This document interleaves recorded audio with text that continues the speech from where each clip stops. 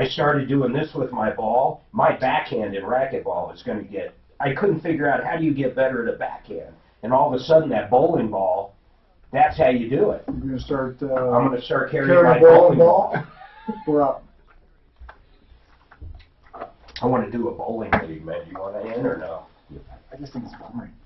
I like bowling. It's a good beer drinking time. I love bowling. Not like we just went last weekend. What's a good score for you? I mean, 150 would be like, yeah, that's what wow. I got one. So first frame, I get 8. Then all the way to the 10th frame, I either strike or I get a spare. And then 10th frame, I blow it on the last one, but I got 170. I think that was my highest game I've ever had. That's a good game. You beat Suzanne? Yeah. She got a 154 the time before this. She's about a 100 bowler. Like yesterday, she had 95, 102, 98. I'm generally like 125, 130. Yeah. Although, since I got my own ball and my own shoes, which has only been the last 3 times we've gone, my game is massively improved. Because you went, did you go in and talk to somebody about, okay, how much should this ball weigh? They did everything. Yeah. And really what the part is, having the ball properly in your hand is everything. And I never realized that before. Huh. You can have a much heavier ball, but if it fits right, it actually feels lighter because you're not trying to, oversize it, trying to grip it and hold it. It's really crazy. They measure your thumb and everything.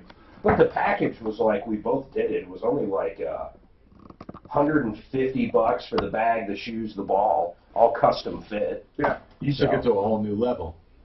The game. Or they took it to a whole new level. The game it's so much, it improved the game so much, it's crazy. I can't put too much into the shoes, although I hate those stupid rental shoes. Yeah. They're nasty and everything else. The shoes are pretty cool. They're made by Dexter. You can see it. But do you think it's right to have the bumpers up when you're bowling? That's not right. Yeah, I mean, if you never hit them, it's fine. Boy, you and your bumpers. Dano. With what? Those, or do you need them? You need No, them. you If you don't need like them, to go get a ahead. little No, longer? if you need them, no, that's fine. Oh, But yeah, whatever you need. But if you're going to do it, though, do it the other way to let light in, because then it won't be shaped. Yeah. So let the light in if you need it, but that way. What is just Barney's? Barney's Is a upscale department store. Well, someone just threw them a lifeline. Wow. They are one of the, like Bergdorf's, they're like one of, they're one of the dinosaurs. Yeah, of old. they're going away. All of them are, but these were the untouchable, big, giant, too big to fail, hotsy-totsy. They check you before you're let in. Sears is gone now, right? Well, Sears isn't even there. No, they call that about. Did they really? But I don't think it's going to be funny how they're going to Why combine they smalls. kept the Kmart.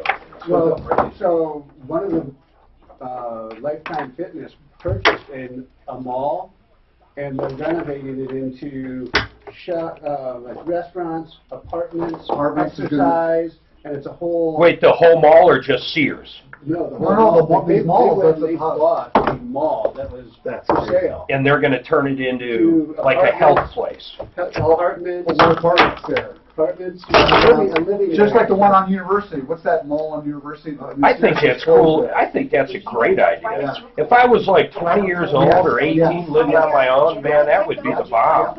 Living in a development like that, you wouldn't even need a car. You wouldn't need car insurance. You wouldn't need a car. I'm Alexandra. I'm the styling director. And that's what it looks like. Because they'll have bars, restaurants, So he doesn't even see it. dollar store. You got to have a dollar I have store. Do you want me to bring you the one with the lid? LTE? Movie theater. At ADP, we're designing a What are the shoe stores? so you Shoes can don't achieve sell. what you're working for. Shoes. I bet against, who was it? Foot Locker.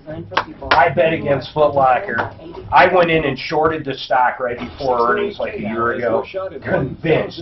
Who the fuck shops at Foot Locker? You can go to Amazon, you can go to Kohl's, you can go anywhere and buy any shoe you want.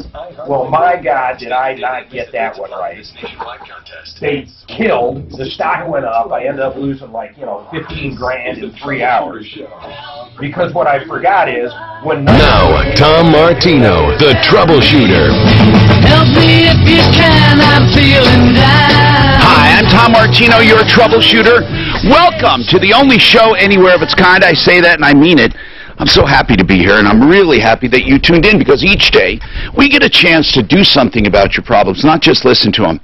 So much media just is so freaking overly negative or overly positive, and things don't work that way. You know, sometimes you just have something that's just bugging the hell out of you. You don't know who to talk to. You know, we used to talk to our neighbors over the back fence, or they even had town hall meetings at one time, you know, and people get together, and we used to carry soapboxes. That comes from soapboxing is truly, you would sit on a soapbox to be above the crowd and start preaching. That's what we do here. We say, hey, wait a minute, don't you know better? And my daughter just got ripped off. Or that restaurant can't treat me like that. Or did you people know that this place selling cars is doing this, that, or the other thing? If that's what it is, man, it's a town meeting. So give us a call. Be part of it. And join us on Facebook, on YouTube, live on the radio, and on affiliates here in Denver, KHOW, on the AM dial, 630, from 10 to 1 every day of Mountain Time. And then you can catch our podcast anywhere.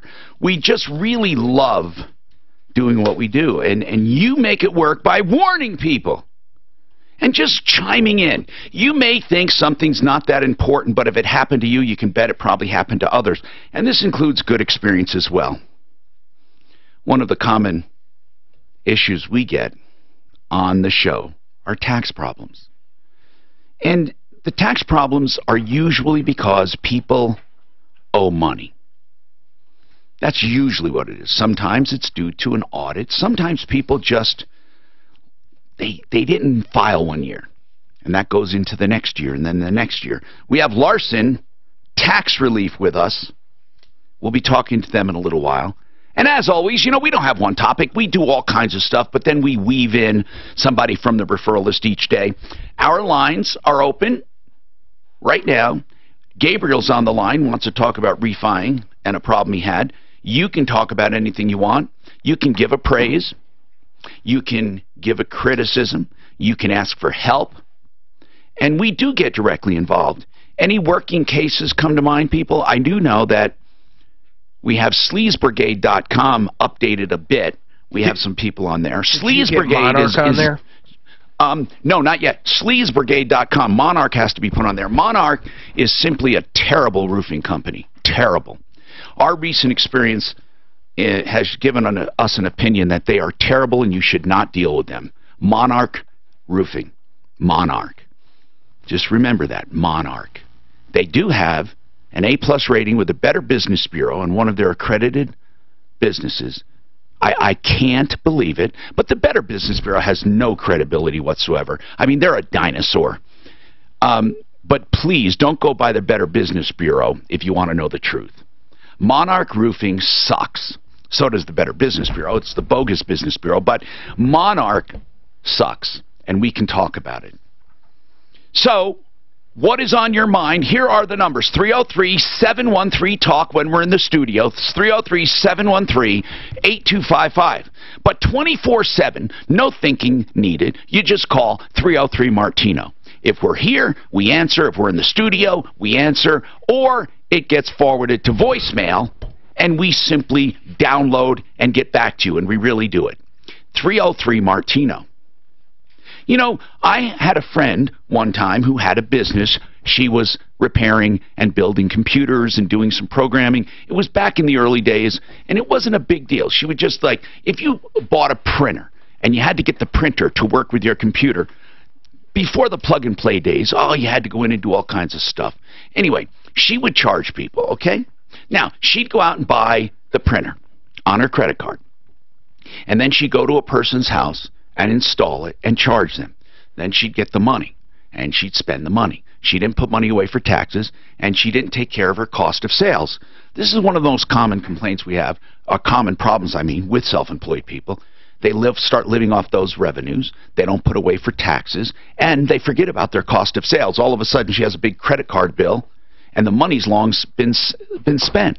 You know, because when she charged, let's say, $500 or whatever she charged, you know, $300 of that was for the printer, but she never paid down her credit card. And then on the $200 profit, she never did taxes.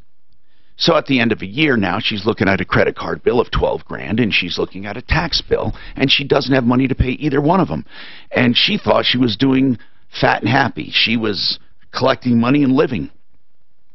Now that's the spiral downward. We still have those kinds of problems. And then they call Larson and say, oh, I haven't paid taxes. What do I do? Or the IRS is writing me a letter. What do I do? Now, Larson isn't one of these places that's going to lie to you and say, oh, don't worry, you know, pennies on the dollar. They're going to take a real look at your problem. And first of all, they're going to say, you don't need us if you don't need them. You owe a few grand and you didn't file or whatever, and they'll tell you what to do. If they do, if it is a complex problem or involves a lot of money or collection or seizures, they're going to step right in. So that's the kind of thing we're talking about. So if you have a question, they're here to answer, and we'll go to the phones right now. The number is 303-713-TALK. Gabriel, what's going on in your life, Gabriel? Oh, trying to do a refinance on my house and not having such good luck with it. Okay, let's get right to the problem. So I thought everything was cleared, yeah, and we were working on final approval through PNC. Now, you were with a company. What company were you with? I actually, the mortgage is currently with PNC. Okay, and you were going through were you going through PNC to try to get a refi as well? Correct. We had called a How long have you been with PNC? Oh, probably close to 3 years now. And what is your rate at PNC? I believe it's 3.85. And did you ever end up refining? No, we were supposed to close today, and that's why you're calling, because now it's just the straw that broke the camel's back, as they say. You're pissed off. Tell me, if I had to ask you, what's the biggest problem dealing with PNC, and you had one sentence, what would it be? The biggest problem you had dealing with PNC? Credit report issue. Well, that's dealing with PNC. Are they saying there's something on your credit that needs to be cleared up? Correct. How can that be their problem? Well, it was discharged under a bankruptcy over 15 years ago. Okay. And it's still being reported? It's still being reported? Correct. One of the three agencies still has it on their report. But again, I don't know how this turns out to be PNC's problem. Well, that's kind of why I was calling you. I wasn't sure. Okay, tell me, you have an unpaid bill being reported on your credit report from a bankruptcy. It should have been with the discharge, right? What is the bill that they're reporting not paid? It's an old Target credit account in my wife's name. Okay, they're not trying to pursue collections. They're just reporting it. Is that right? No, they actually said that I could pay the bill off with closing, but Target won't even accept payment. No, first of all, you can't. You shouldn't pay it off. You would resurrect that debt.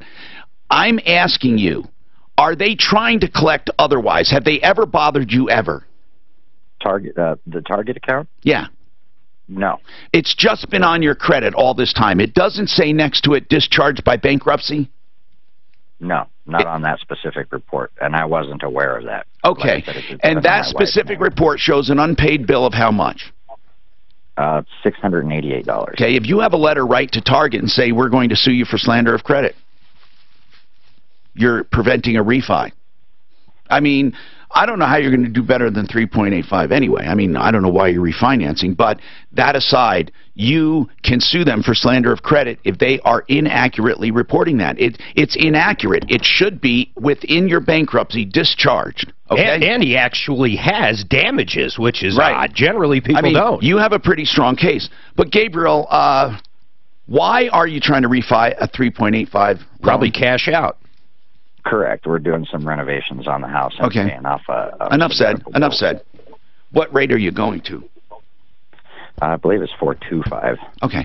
So listen, Gabriel, have you contacted Target? We have. We actually had 2 separate conference calls with Target. And what did they say? And they said that the balance does show a 688, that it was discharged under bankruptcy, and that they can't collect on that debt. Right. If that's what it says, then why won't they simply report that? They have. The problem is now that it's going to take up to 30 days for the dispute process, and another 30 for. Well, why is this? So, I mean, this is life. Most lenders, like Ideal, can do a rapid rescore. I don't know why these guys can't. But Gabriel, you're doing everything right. So why are you upset? Questioning that at this point. Oh, you were questioning why they couldn't do a rapid rescore. Right. All right, hold on and we'll figure it out. What's the name of your lender, Gabriel? You said it. It was PNC. And you asked them for, did you use the words rapid rescore? I did not. Okay. Let's ask Ideal Home Loans if we can get someone. Let's ask them about rapid rescores and how they work. I'm Tom Martino. This hour brought to you by Frank Duran, therealestateman.com. You know, when I say the best of the best, people say, oh, my God, Tom, you say that every day, every day. But I'm going to say this from my heart. Frank Duran is the finest person I know. The man is gold through and through with knowledge, experience. He can also be aggressive when he needs to be. And you simply can't be put in better hands when it comes to buying or selling real estate. 303-920-1622.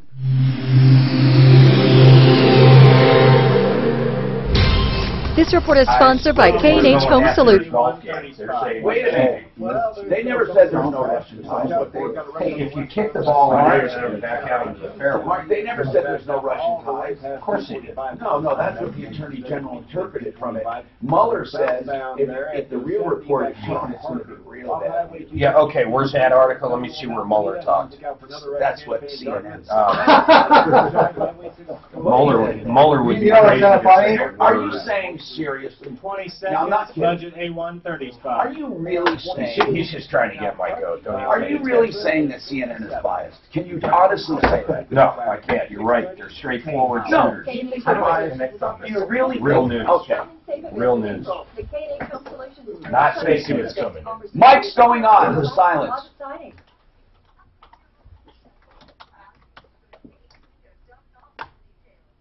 Budget A1 Transmission and Auto Repair has a crazy special. If you're having any transmission issues, they will take apart your transmission, remove it and take it apart, spread it out, and actually give you an exact estimate. Or let's just say a contract for redoing it. If you want to do it, there's never a charge for that disassembly. Even if you take it somewhere else or decide not to have it done, you cannot beat this. That's how much they believe in their service. 303-781-9858. 303-781-9858. If you sell a home, what was wrong with your computer? You're not getting much with a traditional. And then if you want to go in and do some, but if you think that's the only through the internet, just grab it. Homeowners. It's just that if you do anything personal, you got to make sure you're fully. But I don't understand what she did, what she was trying to do. She had she had 4 phones. Yeah, but she had basically a USB or whatever with malware on it. I'm sure all she had to do was get it into one of those computers somewhere in Maryland. How the hell do you pronounce it? Mar-a-Lago or whatever? Really? I think that's real estate without scooping on the surface. Oh, they have her. They have her. I wonder if they'll trade her out for some of the out cars. You know what I'm saying? So she was excellent. She's a real deal, man. But she can speak English, so it sounds like they barely caught her, man. They barely caught her. They said, like, one person said she looked out of place. It wasn't even the FBI or CIA or what's it protect them. Secret Service. It was like a month of training. And man,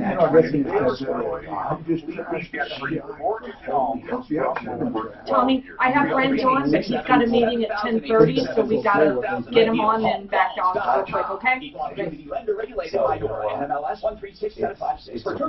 Make sure she gives him a heads up on the rapid restore.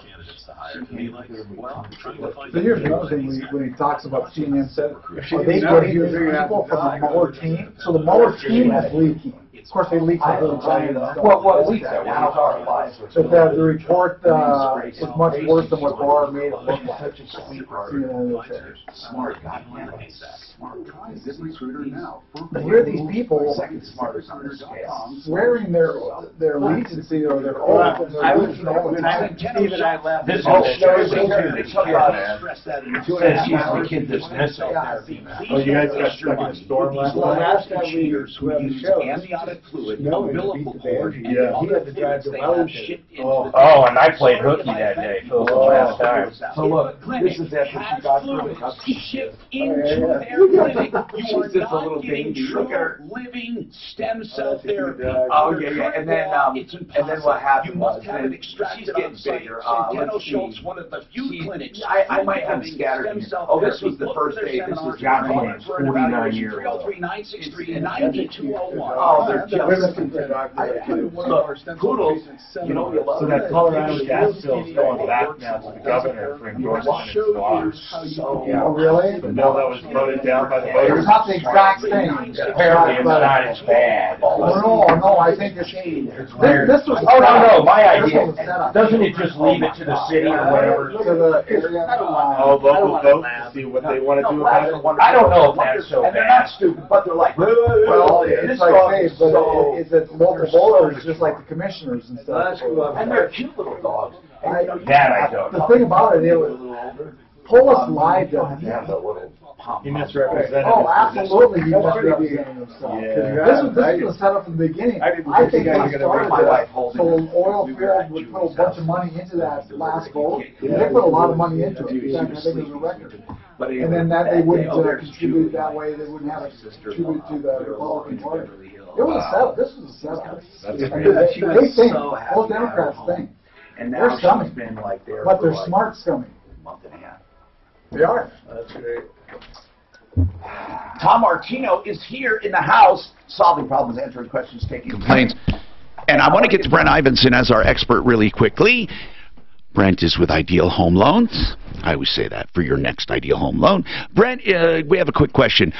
If a guy had a problem, Gabriel had a problem with the lender, and he, not with the lender, but the lender checked his credit and said, hey, one of these bills is still showing due, and it was discharged in a bankruptcy 10 years ago. To make a long story short, they got it straightened out. But now the lender says, oh, it's going to take like 30 days to hit the credit report or for us to do anything. So Mark said, wait a minute, he should be able to get a rapid rescore. Brent, can you weigh in on that? Yeah, absolutely. I mean, he should be able to get that done. And, you know, some of the agencies are slower than others, but 7 days you should be able to get that handled easily. Okay, Gabriel, what agency had the report? Equifax. Equifax. Okay.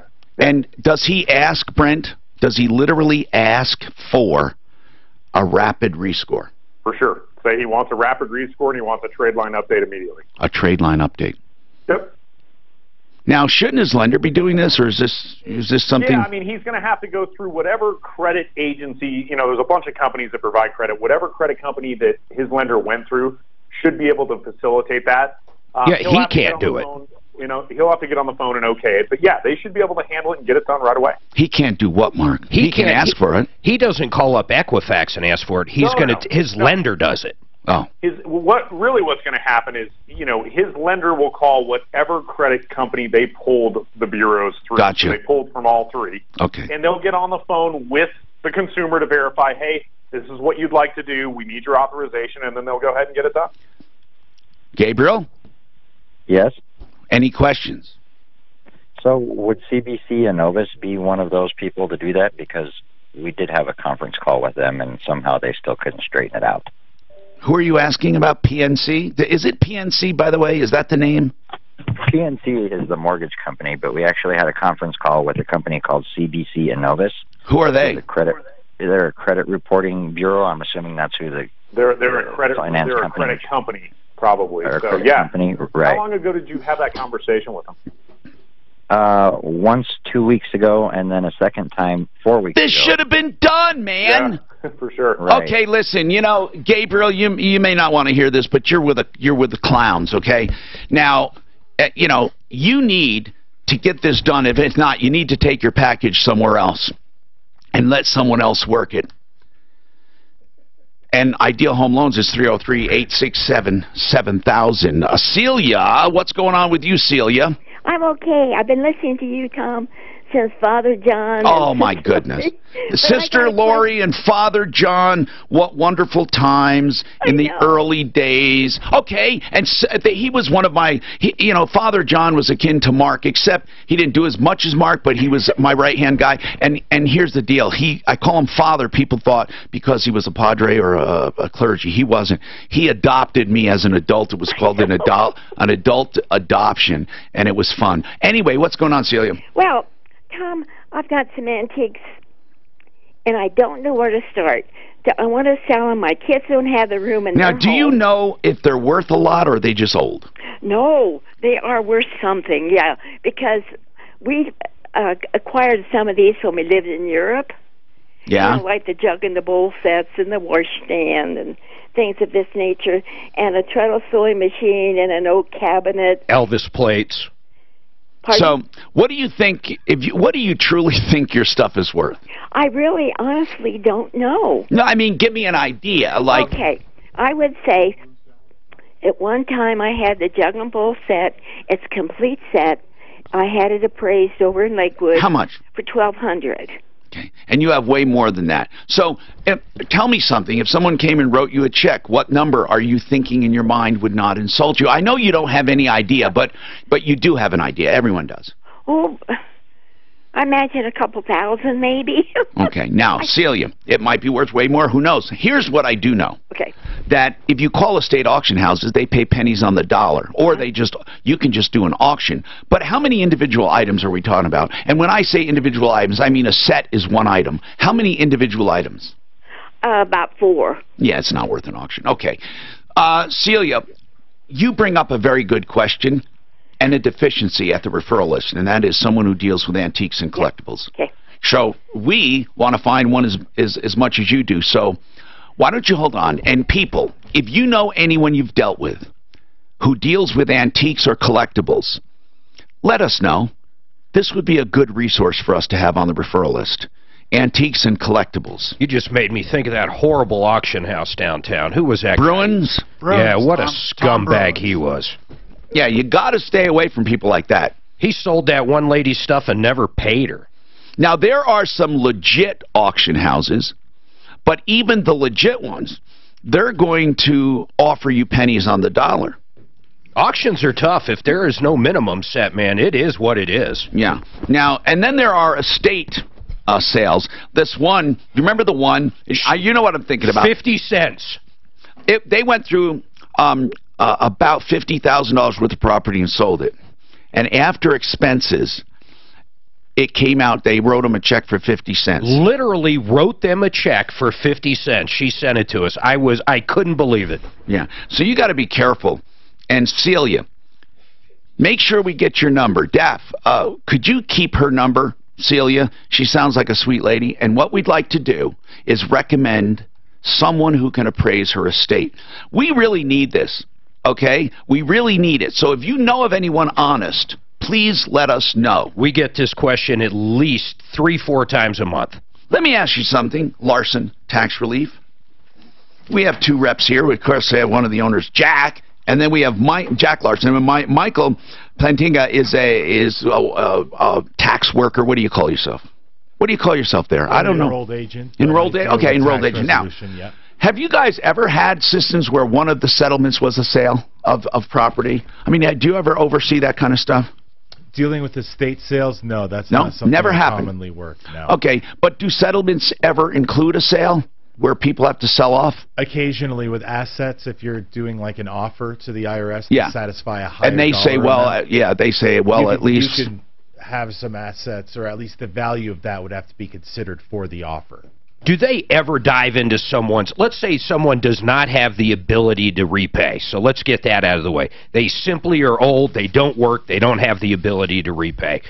Do they ever go into 401k or retirement funds, or do they generally leave that alone for retirement? I thought those were untouchable, but that's what are a great question. The IRS used to levy 401k accounts. They now can. They will only do that upon request. and it has to be specifically authorized by the IRS. So wait, if what do you mean by that? An old taxpayer has a 401k balance, and they say, I just want to get rid of this doggone tax debt and get it out of my hair, all they have to do is make a special request that the IRS levy that account. Well, they can surrender it, right? They can surrender it, but there's a lot of times where the IRS refuses to do it. They don't want to levy the 401k. Oh, really? Even if you request it? Yeah, in my 10 years doing this, I've done that maybe 2 or 3 times. So the short answer is they are untouchable pensions. Not untouchable because, again, when you're figuring out an offer amount as to what the IRS would accept, the 401k balance does come into play. It comes into play for your ability to repay by saying, hey, you have this and this and this allowed for in your pension, but it's not, here's what I'm trying to get But you're not forced to liquidate it. Right, that's what I'm getting at. But it does come into play as an asset when they're figuring your overall abilities. Right. Okay, good. Next question then. With retirement and the IRS, do they ever take it if they suspect fraud? Then all bets are off? I mean, if they suspect fraud, then it could be potentially assigned to the Criminal Investigations Division, and then they can explore to whether or not this is prosecutable and go. But normally with crime, though, I think that all bets are off, Mark. Yeah, I would assume, like, if or what was the Don Eiley. If Eiley somehow took that stolen money and put it into a 401k, that's what I'm getting at. They would have gone after. That's what I'm getting at. All right, we have a lot more coming up. That was Larson Tax Relief. Speak closer into there, so we can hear you. That is pretty cool, though. They don't. Corey gave me a club. You know why? Because if they take someone's ability to retire, they end up on social crap anyhow. Actually, it's my size, so I can practice my grip. In other words, they end up paying it regardless. They just give it back. Not right the form of us. I'll bet you that came out earlier with Kindler and Gentler IRS when they passed that. How long ago was that? When the IRS said they were going to be Kindler and Gentler? 10 years ago? No, but that long before that though, they were havens retirement plans. It was before that. Yeah. During the Clinton era, right? Yeah, but they always, the reason they do it once again is because they don't want them on social. Yeah, it was during the Clinton era. That's right. Between dry creek Late Clinton era. just avoid the area altogether. Tom, 20 seconds, revitalized house 60 spot. P8. Right now, partly cloudy, skies in Denver at 57. New traffic and weather, I'm Pete Wagner, 6:30, K-How. Are you turned off when you drive? Could be the safest thing you do all day. Turn on your phone's Do Not Disturb while driving mode to prevent income 10 seconds. while you drive, so you can keep your focus on the road. Learn more at distraction.co.gov. Okay, guys. Message brought you. Let's talk about hormones. As you age, as we age, the production of hormones diminishes. No matter how you look at it, we have less of what we need to be vibrant and whole. This is what Revitalized Health addresses. What they do, these three brothers started this practice in order to help people optimize their hormones as they grow older and also fight other aging things like sagging faces and lines and all of that. They do cosmetic procedures that are very affordable, like thread lifts. They have incredible results, and it's only really a few $100, seriously, and they last for years. And of course, they do the serious BioT for testosterone, estrogen, and thyroid, the building blocks of all hormones. That's why we call them the Hormone Bros. It's a fun name, but they are serious in what they do. 470 and Ken Carroll, thehormonebros.com. Want to sell your house fast and hassle-free? No matter what your situation, DWTBuysHouses.com will buy your property as is for cash and pay all your closing costs. Call right now at 720-388-8225 and get started on your easy cash offer. Does your property need repairs? Are you tired of being a landlord? DWTBuysHouses.com will save you time and be totally hassle-free. Call today at 720-388-8225. I think you're going to be hurt today, bro. What's going on? After my bowling exercises yesterday, my backhand's going to be bad to the bone, Jack. Hey, we don't do the bumpers and racquetball like you do. And are comfortable receiving the care you need to have a beautiful, vibrant smile that you deserve. At Barrett's Dental, we offer total dental solutions, which means we can handle all aspects of your care in one safe location without the need to refer you out from doctor to doctor to doctor. If you do feel safe at my office, it's the last place you'll have to visit for honest and excellent dental care. We can solve your problems no matter how complex they are. Call my office today to set up a free consultation. We'll take great care of you. If you're looking for a safe place for your dental care, call Barrett's Dental today at 303 Barrett's Dental. 1408 or visit denverdentist.com for your free consultation. Mention PayPal and for good dentist. He's been around for years, and he $1,000 does in pretty good dental commercials. The Raleigh House is an addiction treatment program with several locations. Now, we could just It is what it is. give you the number, but what they want to do is give you information, and then you make the choice. Not they want to help you make the right choice. They'll talk about costs, programs, scholarships, whether insurance pays, how insurance pays, what's involved, how long it is, what signs. I wish we had a quick mute button. I could do this for our audience. What do I do? Anything you want to ask. Is that the mic? How do you know there is an addiction? So if I unplug, No, I'm not doing it. It'll lock up the camera. I'm not doing it. I was asking if I did and then unlocked it. I mean, plugged it back in. It would not just plug and play, right? No, it would explode. It would lock up the whole program. It's weird. I don't know why that camera does that. Have you had issues with that? Oh, if it's come on, done, I just got to restart it. Bring the camera back up. It's so weird. I don't know why it should be plug and play. It's absolutely bizarro. That's what I want to know. Yes. Does ever a statement go by where your little juvenile mind doesn't go to the gutter? Like I know when I said let someone else look at your package. You're like a little kid. He's like a little fucking. No, he is. He's like. It was even better than that, though. It's like my little kids when I. What did you say, though? It was even better. Oh, he'll sit there. He'll go, he likes Hummers. He literally likes the stupid cars Hummers. And he'll say all the time, oh, I still love Hummers. There's nothing like a good Hummer, I know. Well, you said the other day, he says, and if you jacks off. Jack off. No, I said jack you off. have to get jack off. That's what I said.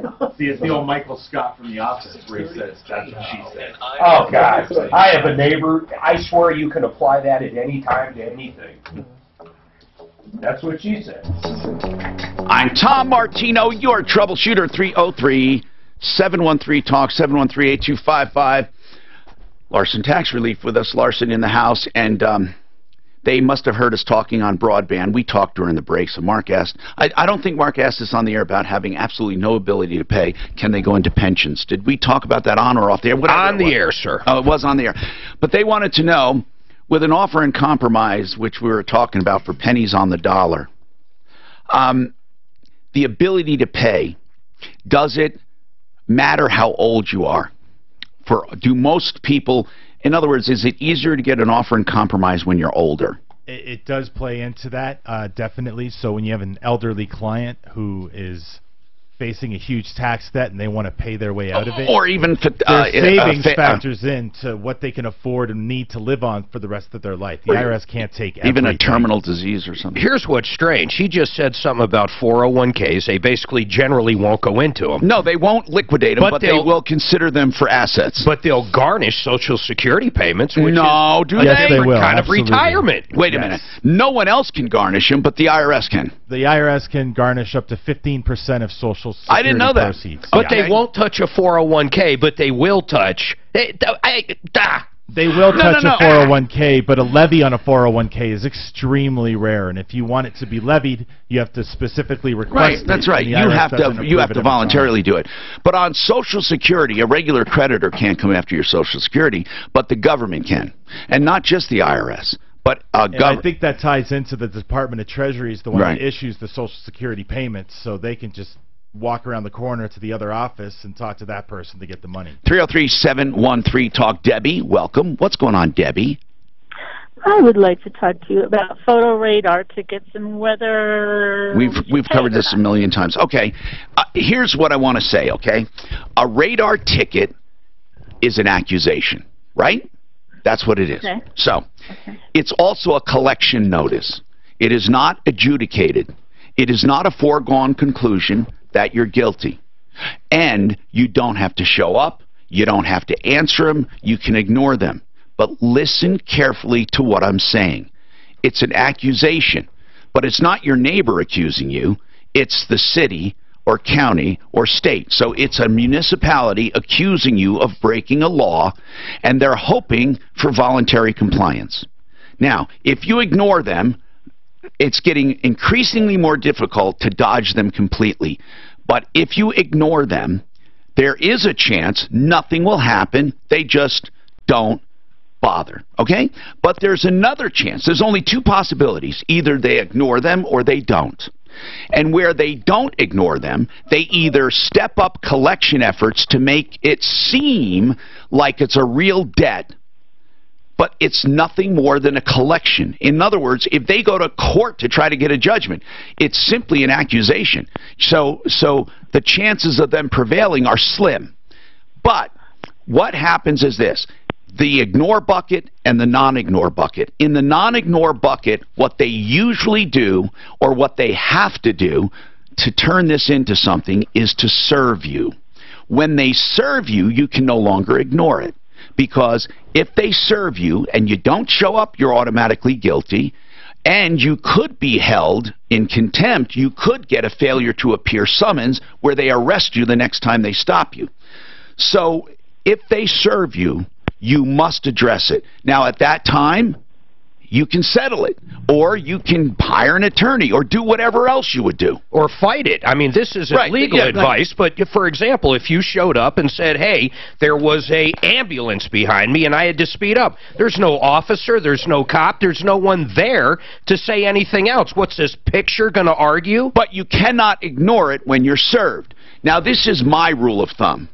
I ignore all of them and wait to be served. When I am served, I either send in the money. Well, I've never fought it, so I paid. But this has only happened once to me out of the, let's say, many tickets I've seen. Okay. So that's it. And one of the favorite ones is Greenwood Village, and that one. They're light, hardcore. If you're 3 inches over the line, you stopped for the red light, but you're over that line. So I refuse to pay that. I won't pay it. But, Debbie, that's up to you. Okay. So I'm gathering your suggestion is don't do anything unless you get served, and if you get served, pay it, and it'll be My suggestion is not that. That's what I'm telling you I do. Okay. Okay? So I want to be really clear. Now, if you'd like to follow what I do, that's what I do. I ignore them until I get served. It's that easy. But, you know, listen, they are accusations. That's it. They're accusations. Craig, speaking of traffic and stuff, you want to talk about E470. Yeah, Tom. Just happened to stumble upon an article about the highest cost toll roads in the United States, and of course E470 is one of those. Yeah, because it's private. Well, is there a limit? Is there any governing body? I know it's a pay-to-play issue. You can either choose to drive it or not. Well, let's put it this way, Craig. Let's talk about this. If you look at this logically, let's say that instead of driving, let's say that there were flowers you could pick along the side of a road, and those flowers were free for anyone to pick. Now let's say I open up a farm, and it's a gated farm, and I have a bunch of flowers you can also pick, but I charge you to get through the gate. Now, you have been for years simply picking the free flowers, and no one's going to stop you. But now you decide, you know what, I'll pay that gate fee to go in and pick these other flowers because they're prettier. There's no way in hell the government can come and say, hey, you better not charge so much, because it's totally private. So the answer is, unless they do something in the law, how can they? I mean, just like with HOAs. You can't tell me as an HOA what to charge. You can't. You can, there might be laws of fairness or covenants of fairness or common law of fairness, but there's nothing to say that they can't do what they want. What they can't do is break the law. So, Craig, that is a tempting road being out there, but you don't have to use it. It's not the most expensive either. The Chesapeake Expressway is $1.05 a mile. E470 is 33 cents a mile. Is it? That's what it says. What else? Is the Deconic State Parkway up there? Nope, I don't see that. The second is Mile Drive in California at 54.4. Ford Bend Parkway in Houston, Chicago's Are they all Skyway. private? I don't know if they're private. It's just the 11 Craig, most expensive toll roads. I do know this, that if people responded and boycotted or not used it, they would respond accordingly. I mean, that's what it's all about. Look how much it is to drive I-70 coming back after a ski weekend in one of those express lanes. I mean, that stuff's really expensive. Really? Well, my concern is CDOT is always screaming they have a lack of funds to do the road improvements. Of course, when we vote down bond issues So what does that make mean? those improvements. What does that have to do with E470? Well, because then they privatize. They say we can't afford it, therefore we're selling out this. They didn't sell anything. Construction. Well, how about the Denver Boulder Turnpike? I believe that was an issue where we're letting because we don't have the funds to do the construction. A private company comes in and says, "We'll build that highway for you, but we collect the tolls for the highway that you need." So, at what point do we find ourselves in a metro area that's in much need of expansion and additional roads as the population increases? Do we end up at the mercy of the state saying, "Well, hell, we couldn't afford to pay for that. We're gonna privately until people say, wait a minute, we need to pass this bond issue." I mean, it has to hurt people for them to respond. Here's the problem with masses. Hold on, we'll come right back to it. Quite honest, growing up in New Jersey, anywhere I drove cost me money. But that's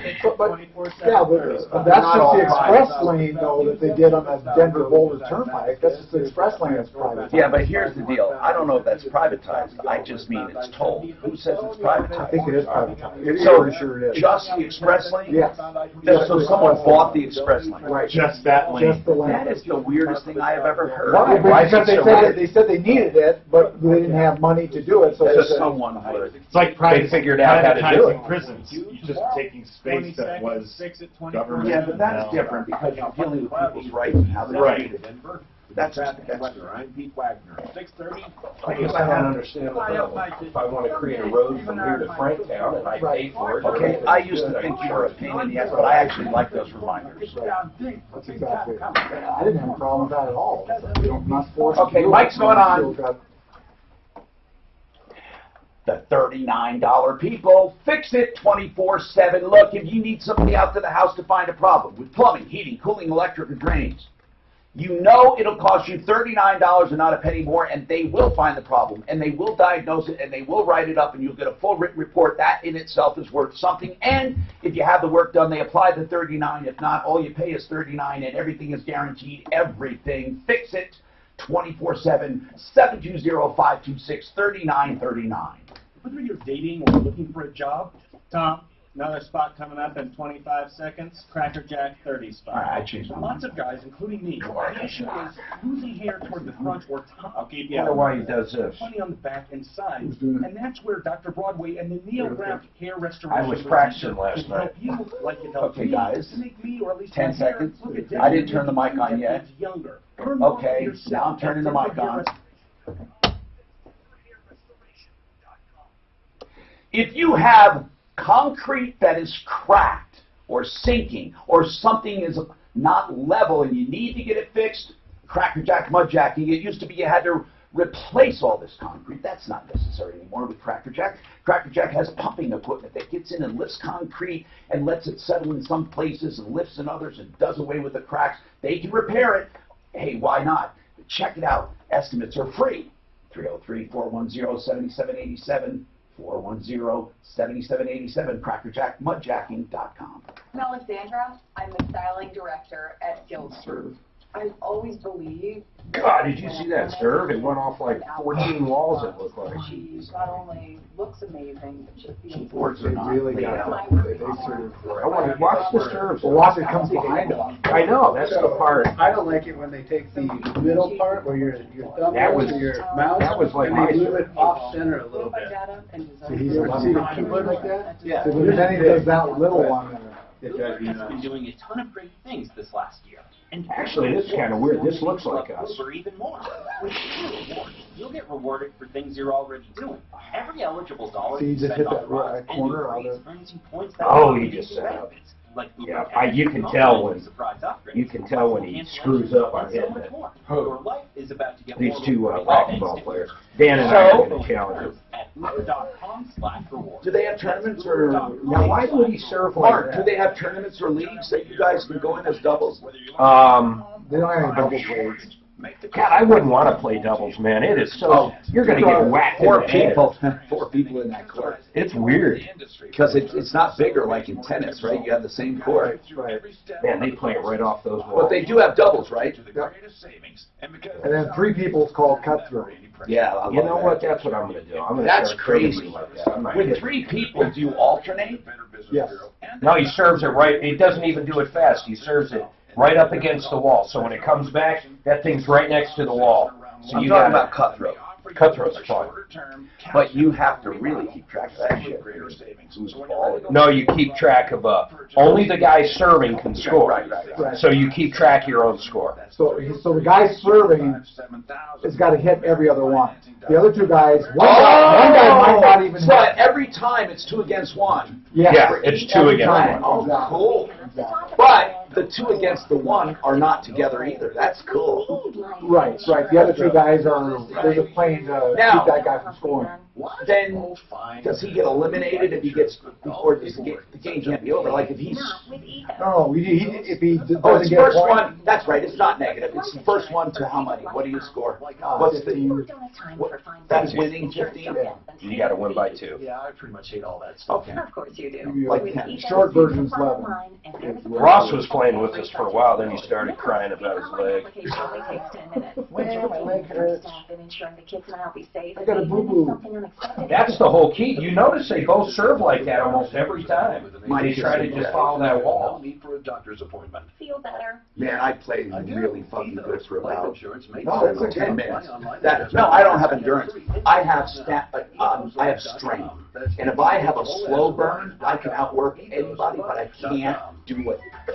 I know I can't. I just get too fucking winded and tired, and there's nothing wrong with me. We usually play an hour and 45 minutes. You have a little rest in between or what?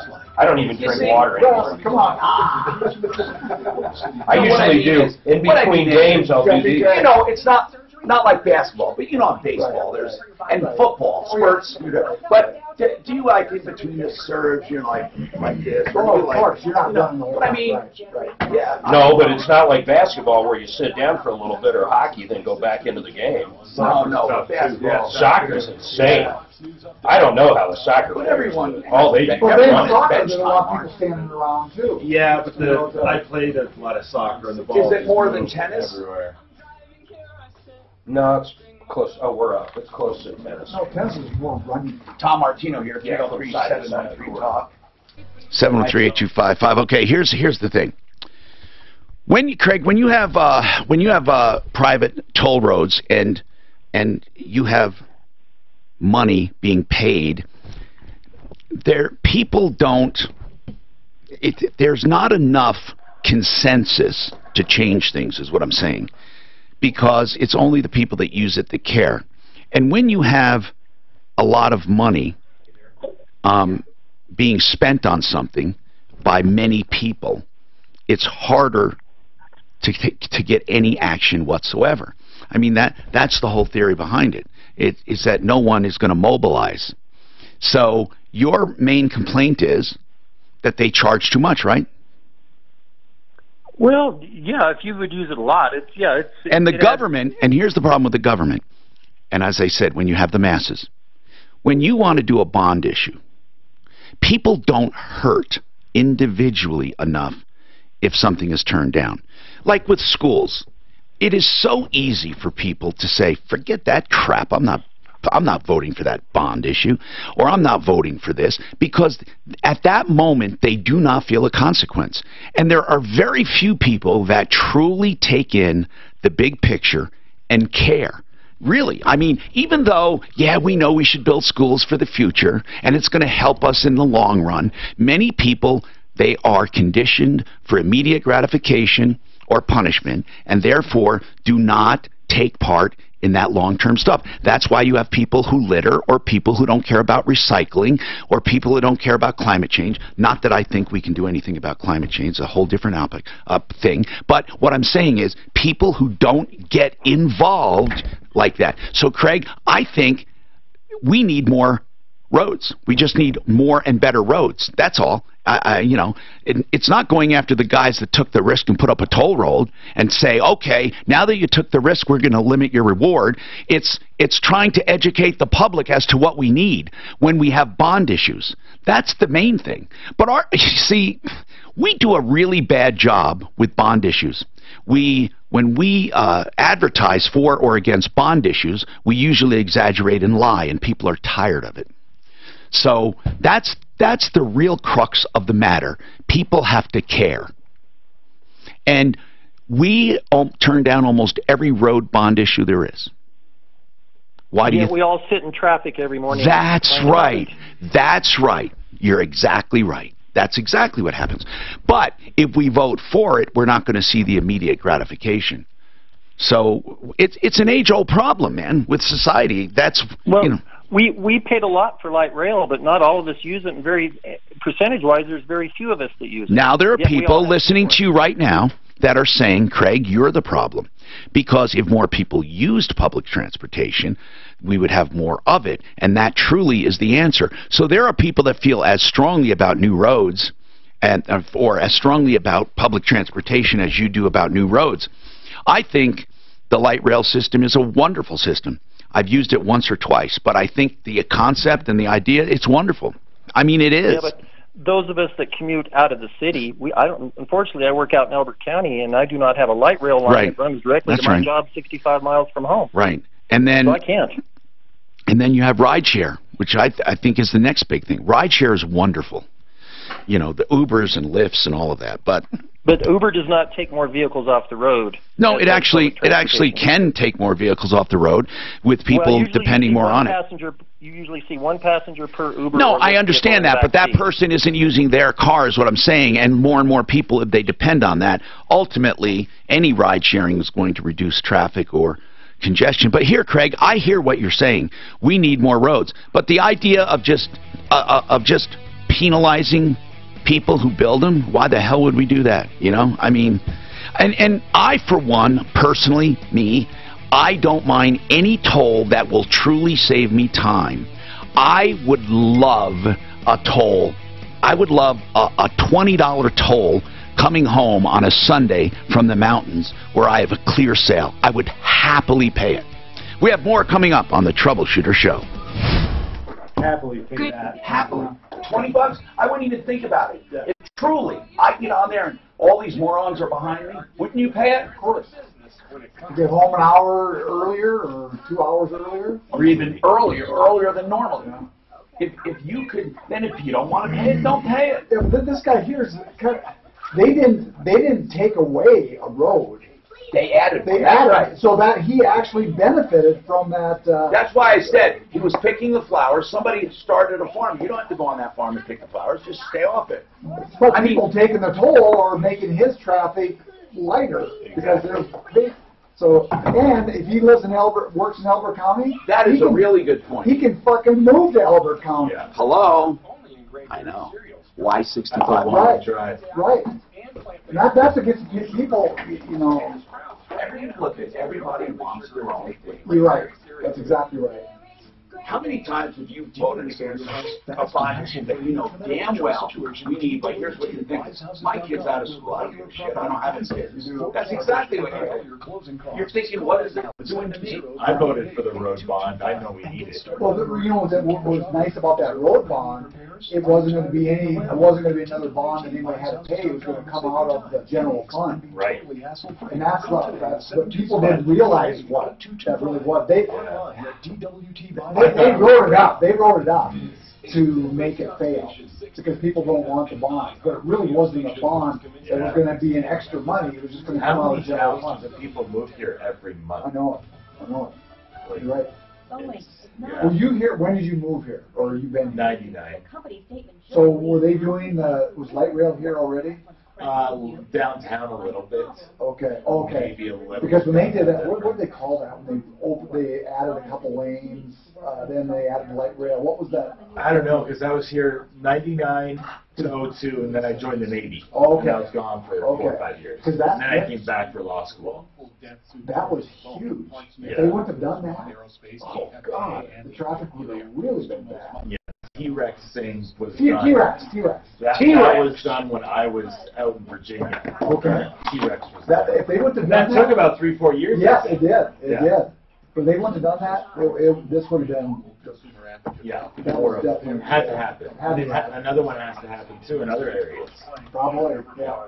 And I tell you, people, I know light rail doesn't pay for itself. It really doesn't. But I tell you, if you want to go downtown, it's a good Well, I place to live go up in downtown. Commerce City, Brighton area. Okay. So if you want to go downtown and have a few drinks, go to Pena, hop on the light rail, and just take it all the way into downtown, Union Station. Yeah. So yeah. And it's like every 15 minutes or whatever. Yeah. No, and you're right. Everybody doesn't use it. They use it We like need a little it. game. We need it, and it'll get more popular as we go. It should be. I look at the traffic going north here every morning. It's freaking crazy. It's crazy. I saw a taxi cab in my neighborhood. I practically fell over. Like I hadn't seen one of those. But like when you see a phone booth, you're like, what is that thing? You're right. It's kind of like that. Isn't that crazy? So nuts. Yeah. So you're a lawyer? Yeah. Okay. Did the Navy pay for you?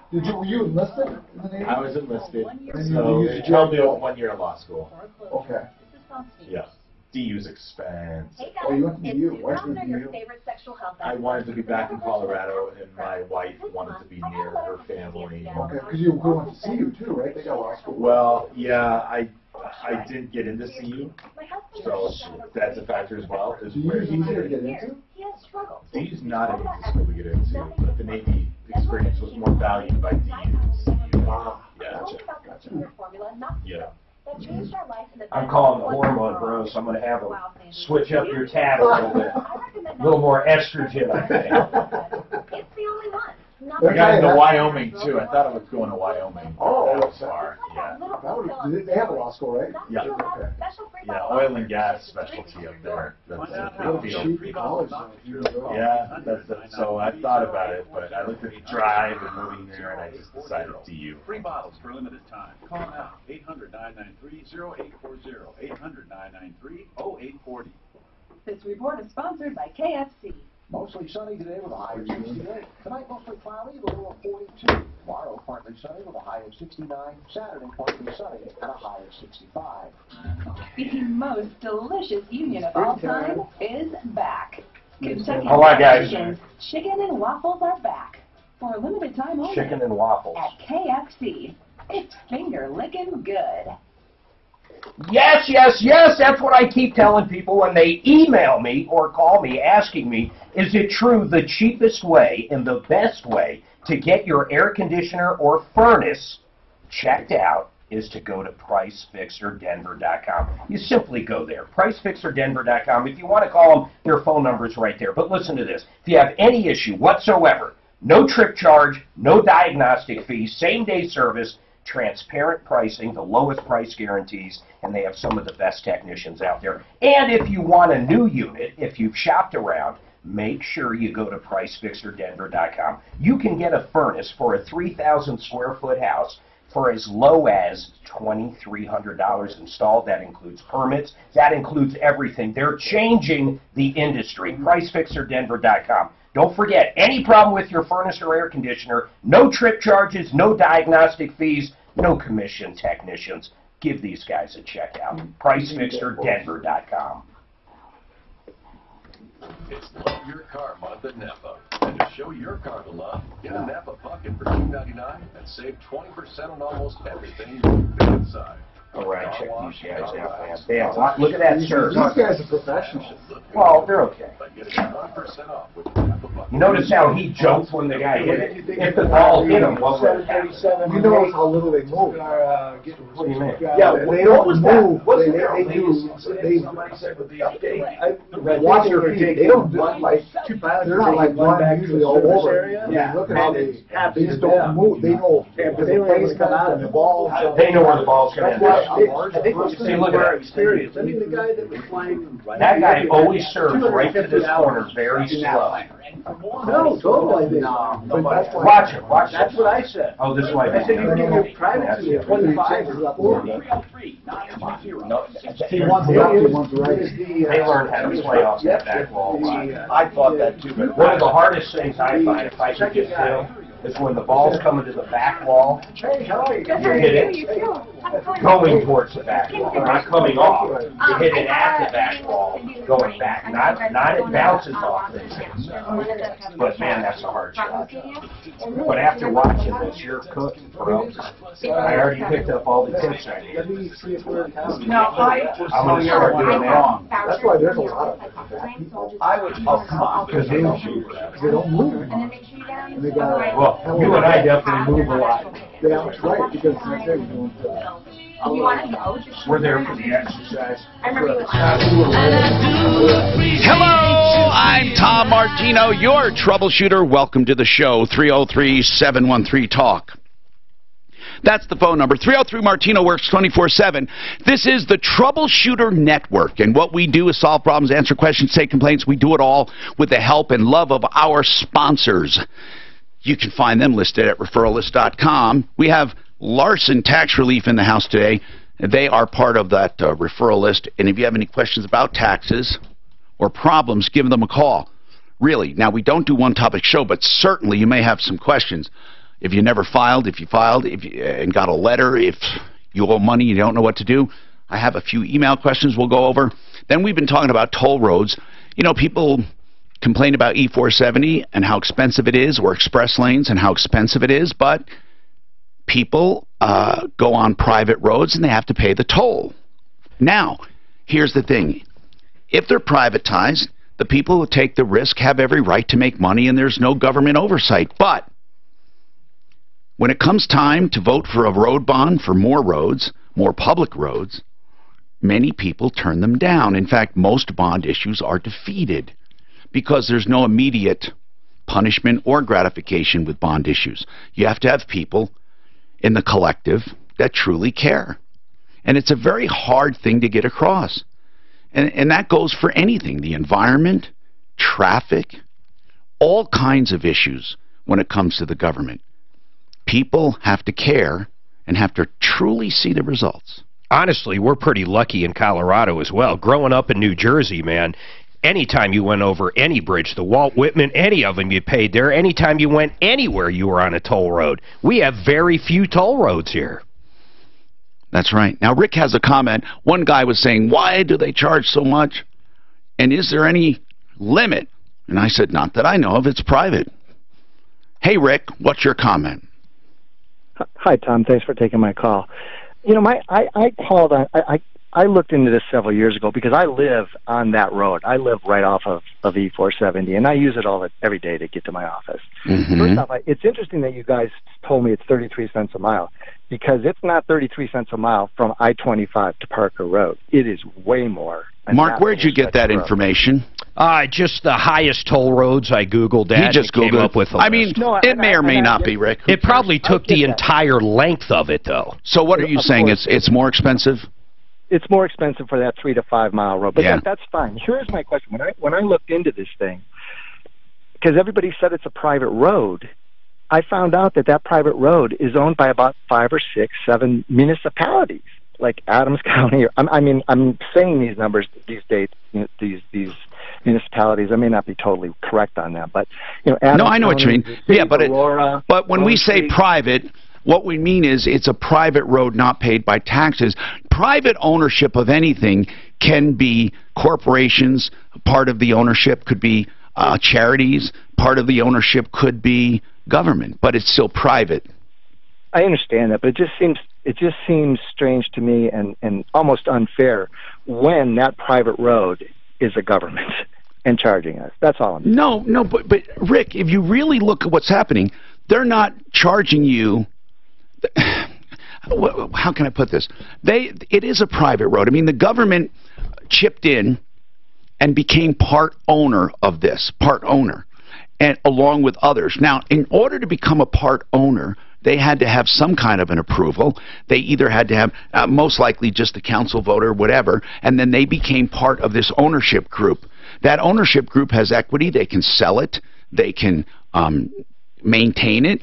But the philosophy behind it is that ownership group gets a return on investment. So it's apropos that they're charging. In fact, it's good for the taxpayers because it's showing that the municipality made an investment and is getting a return on that investment. If they don't charge, it would be totally lopsided. We would have our government, if you lived in, let's say, Aurora. I don't know if the ownership is what you say, and neither do you, so let's just say if it was Aurora, and I lived in Aurora, I would be totally upset if they didn't charge, because now me, as a citizen of Aurora, is helping to pay for someone who lives somewhere else, and I'm not getting a return. I agree. There's no easy way of putting it, Rick. There's no easy solution, is there? You know what I said, and it's true. Democracy does work, obviously. It's working. But the problem with consensus is some people don't care. And when you have people that don't care, you can literally legislate yourself or not legislate yourself into oblivion, because you get so apathetic that there's no one that truly cares, and it becomes crisis management. That's what happens. Then you have also people springing up that care too much. Now, what's the name of the wacko from Brooklyn or whatever her name is? What is AOC? AOC, they call her AOC. And I mean wacko. What I mean is you have that person that cares too much or looks too deep and has extreme. Then you have those who don't care. The people who totally don't care are just as dangerous. It leaves vacuums for people like AOC to jump in, or the other whack job from Vermont. I mean, it just allows them to join in and go totally the opposite direction. There are people that also toss up their hands and say, well, it can't get any worse. You know, let's see what happens if we elect this guy or that guy. Man, this has been an age-old problem with democracy, and there is no answer. The pendulum, the good news about the pendulum is it takes a long time to swing from one direction to the other. JJ, how can we help you, JJ? Huh? How can we help you? JJ, can we help you? That's the question I'm asking. Hi. Hi. Hi, yes, I'm so sorry. I've been waiting for like the last hour. Really? That's not what the computer says, but okay. Oh, you have been. You're right, JJ. I'm sorry. What's going on? Normally... You helped me. Yeah. You helped me way back in the day. I had an apartment I had moved into, and it had black mold, and you actually got me a refrigerator in my apartment that next day. Yeah, and you helped me so much. So now I've been living in the same unit for the last 8 years.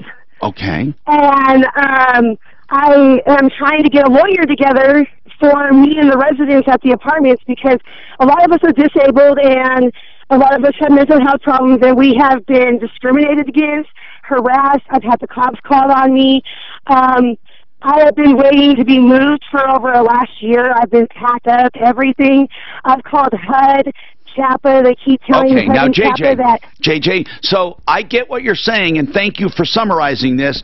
I need to know some facts here, and it doesn't have to be like accurate to the penny, but when you say your rights, basically your rights and the rights of other tenants are being violated. You mentioned discrimination. You also mentioned a lot of other things. What are the main problems facing tenants at the apartment complex? If you had to I don't want you to just spout off. I need to know real stuff. What's the top I've been complaint? sitting here writing a list so I could be kind of prepared.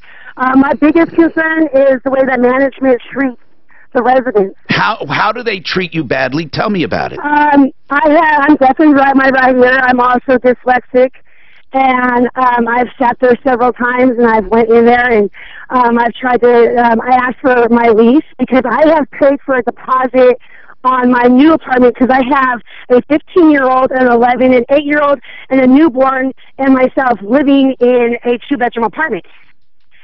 We've been waiting. JJ, so far, JJ, I understand. By the way, you've been waiting. I want to give you time, and also that you're emotionally charged because you're sick and tired of what's been happening. But let's truly look at what's going on. How many children do you?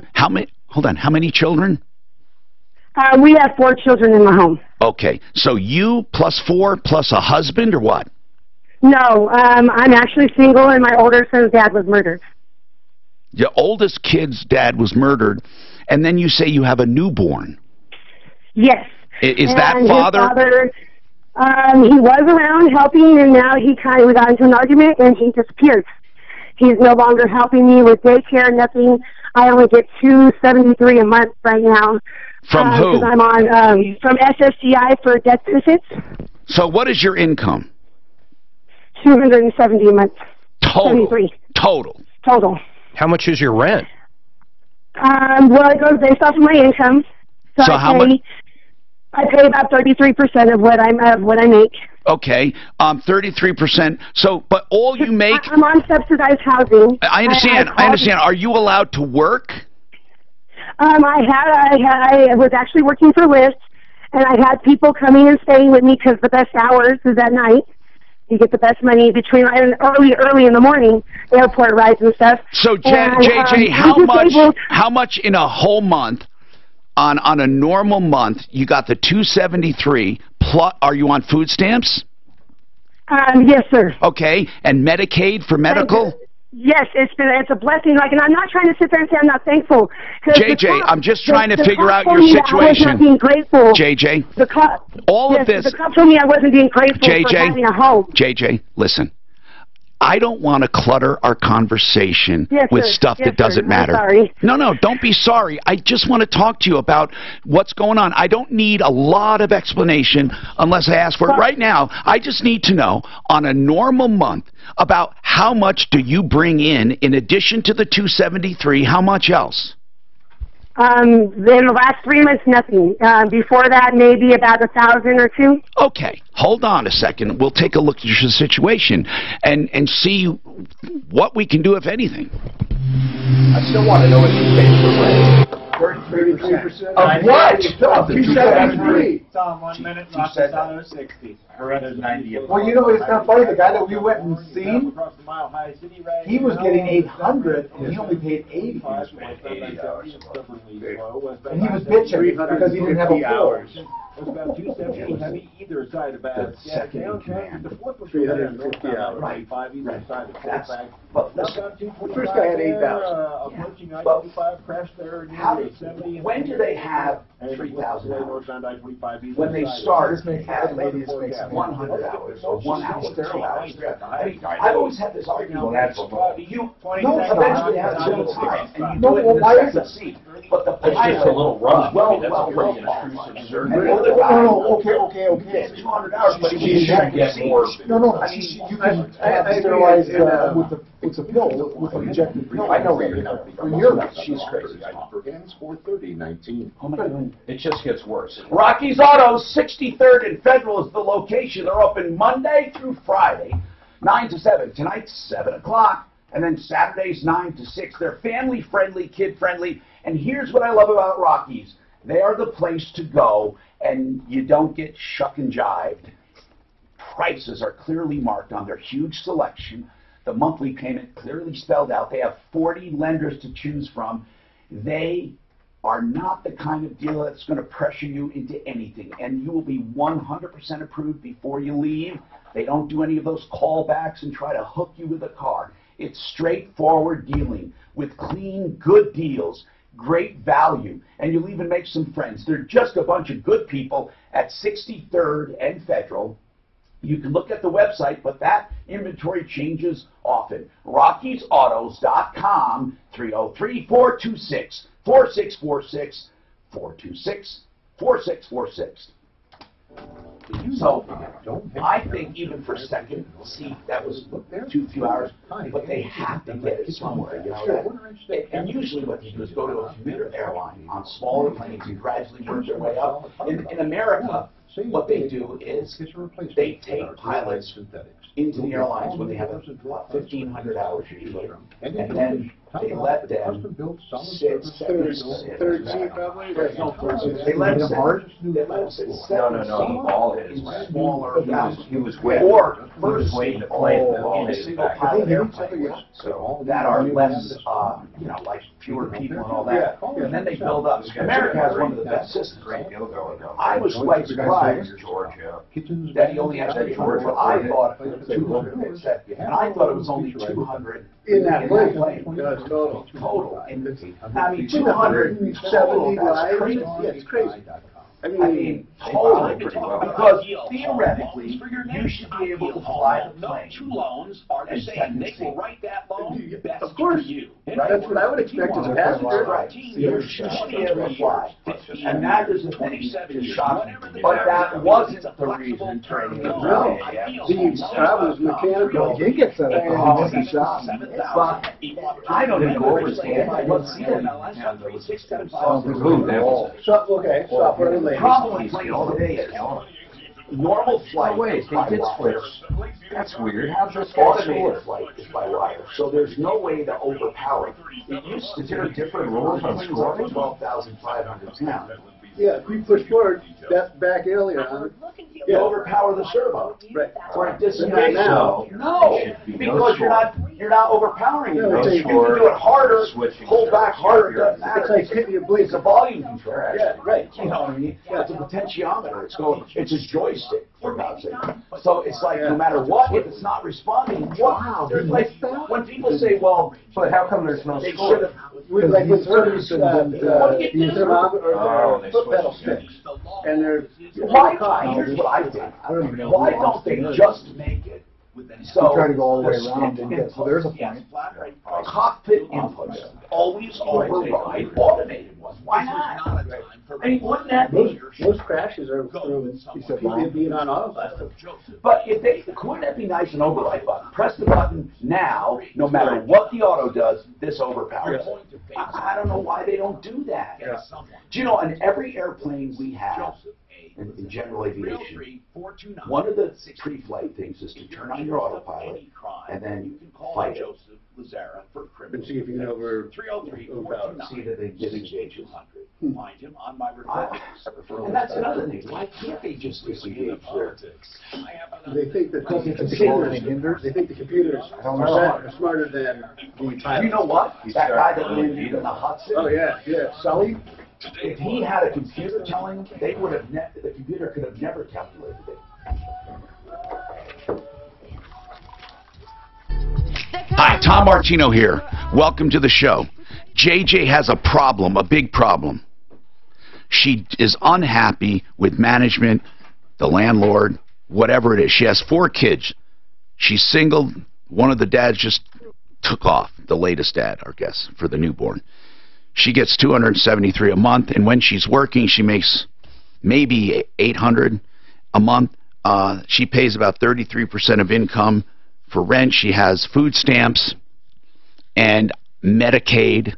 So what I need to get to, and I understand people feel helpless in certain situations, so I need to know, JJ, you called with problems. Now, part of it was how the landlord treats tenants, and you're looking for an attorney. And here's the deal, JJ. You and all of the tenants there, how many tenants are there total? So what broke the camel, the straw that broke the camel's back. I guess you never answer exactly what I asked. How many tenants are in the apartment house approximately? There's 6 in each column, and there's 6 columns, so I'd say about 30 units. Okay, so if you have 36... One of them are infested with bedbugs. If you have... if Which you have... one of mine. If you have 36 tenants, even if you put in $1,000 each, it would not be enough to bring the lawsuit that you need to. And there may not be a lawsuit. What I'm getting at is we need to try to help you in another way. You don't need an attorney necessarily. Sir, but it's a lot that I need to explain. Like, I have videos, pictures. Of what? I have several other people.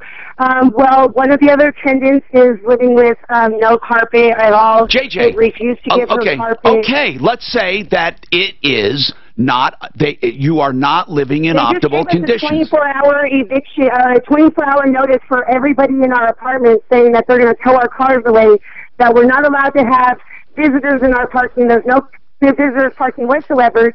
And in our lease, it says that they have to give it 30 days. JJ, you are talking about too many problems. Every time you open your mouth, there's a new problem. Now listen, JJ, can you just shut up for a minute, please? Can you shut up for a minute? Just a minute.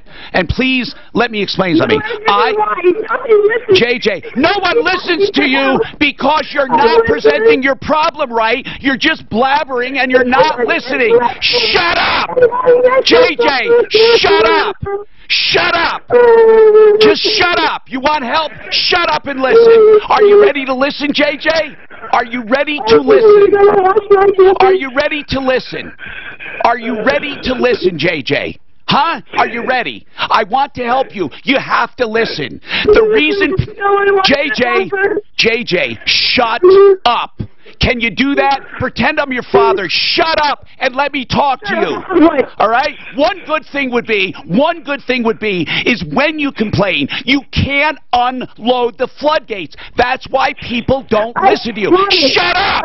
I'm not asking for a response. Shut up. Shut up. There.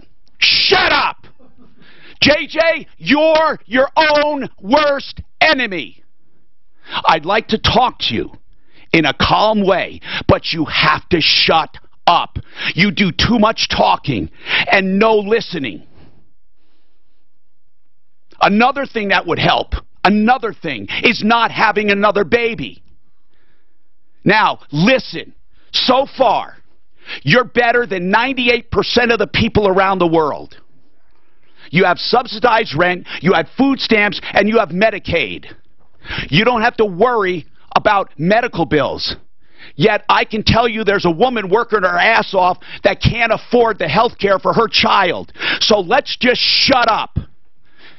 If you want help, call me back. You just hung up, and you're going to say I didn't listen. You didn't even give me a chance.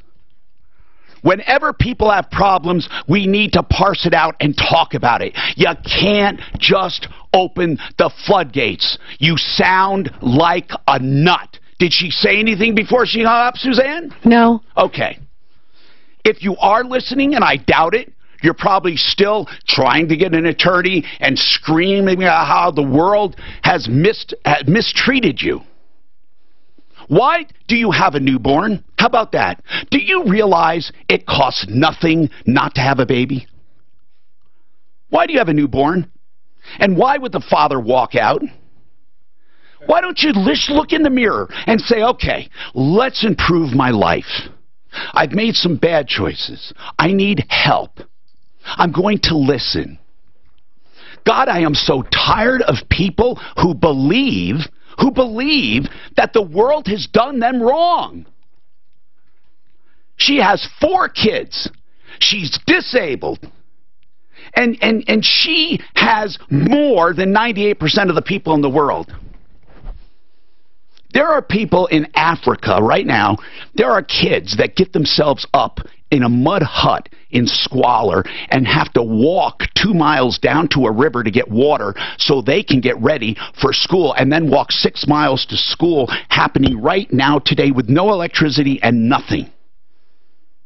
No one asked for that life. JJ, I challenge you to call back, but you have to listen. But I get it. Sometimes people are so discouraged. They want everyone to know what they have endured, and now they have suffered. And they want to just unload. I get it.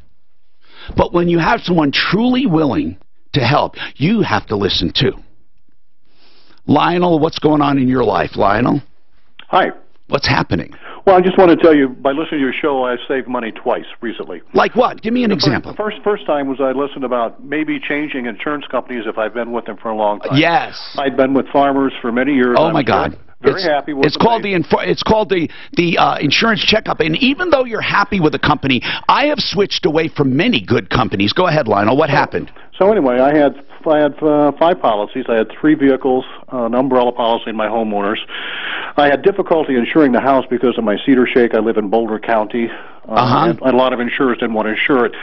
So I got a hold of an independent agent, and he said, I think I can help you out. Yeah. So I had to get my roof inspected, got it inspected, certified, and then he got me a policy with Safeco Insurance, and they saved me about $3,800 a year. Oh, my goodness. That is such great information. $3,800 a year. What else have you done? All right. Then after that, though, in June, and this happened last year. This was like March of last year. I switched, March of 2018.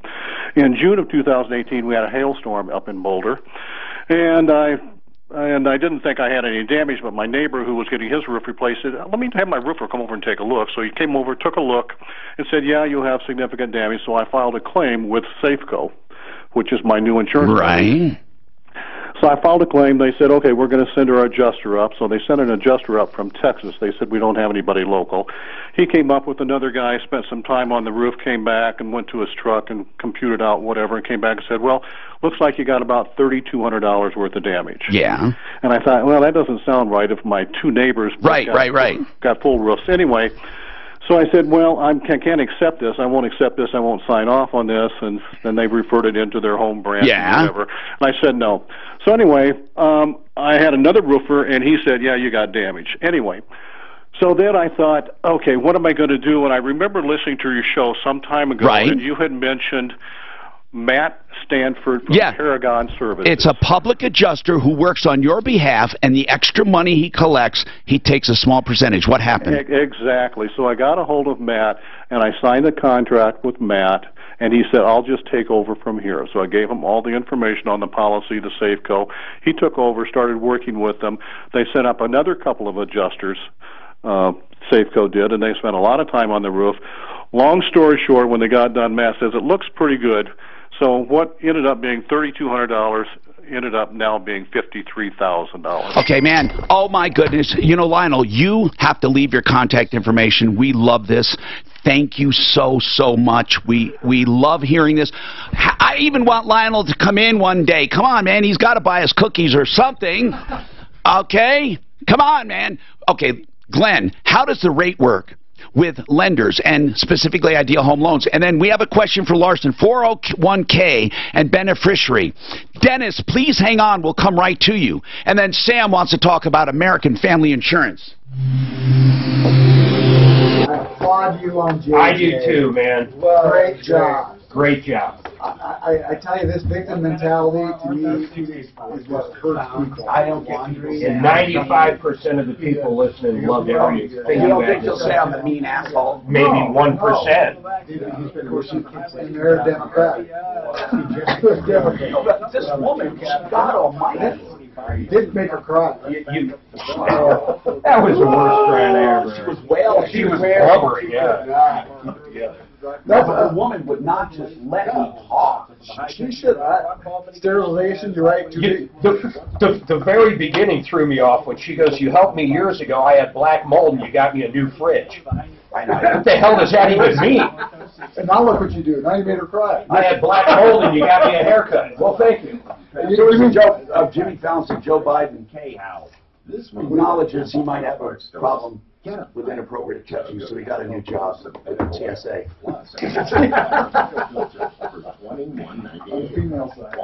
At least they're all taking equal shots at him. I like that. Aurora Orthodontics and TMJ. It really should just be called the New Orthodontics because that's what Dr. Ken Lawson has pioneered.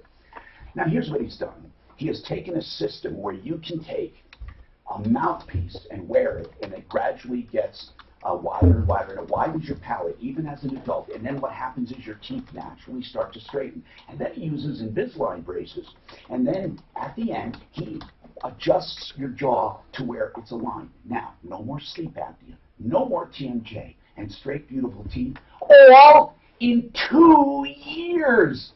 That's right. And it's a fraction of the cost of traditional orthodontics. That's what we have. Dr. Kent Lawson, the new orthodontics. By the way, they still have that system for kids, too. It lasts a little longer. You got to call on both of them, 303-690-0100. The new orthodontics, 690-0100.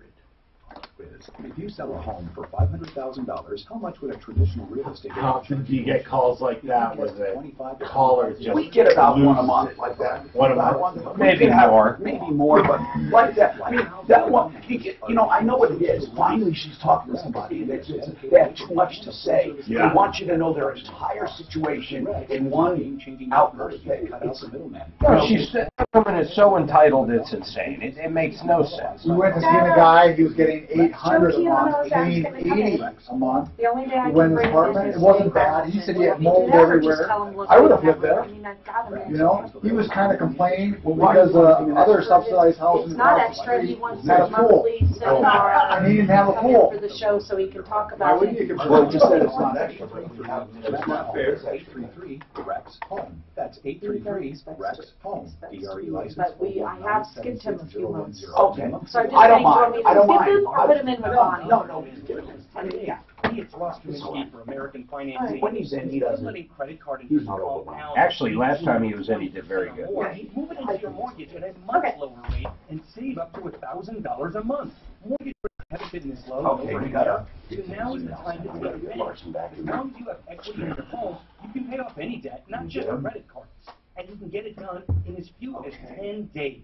So call American Financing's salary-based mortgage consultants today. It takes just 10 minutes to start. There's no commission, no obligation, no pressure. My Never Compass any upfront fees. insurance. Just a loan I had it in my house. customized for your Oh, really? needs. I gotta check that out. Health is integrity. Integrity. Oh, yeah. Tax doesn't help. But Integra, they're crazy good, and I don't know how they stay busy. Just like the homeowners, all that type of stuff. Online at Company. AmericanCompass.net. For homeowners and stuff, Compass?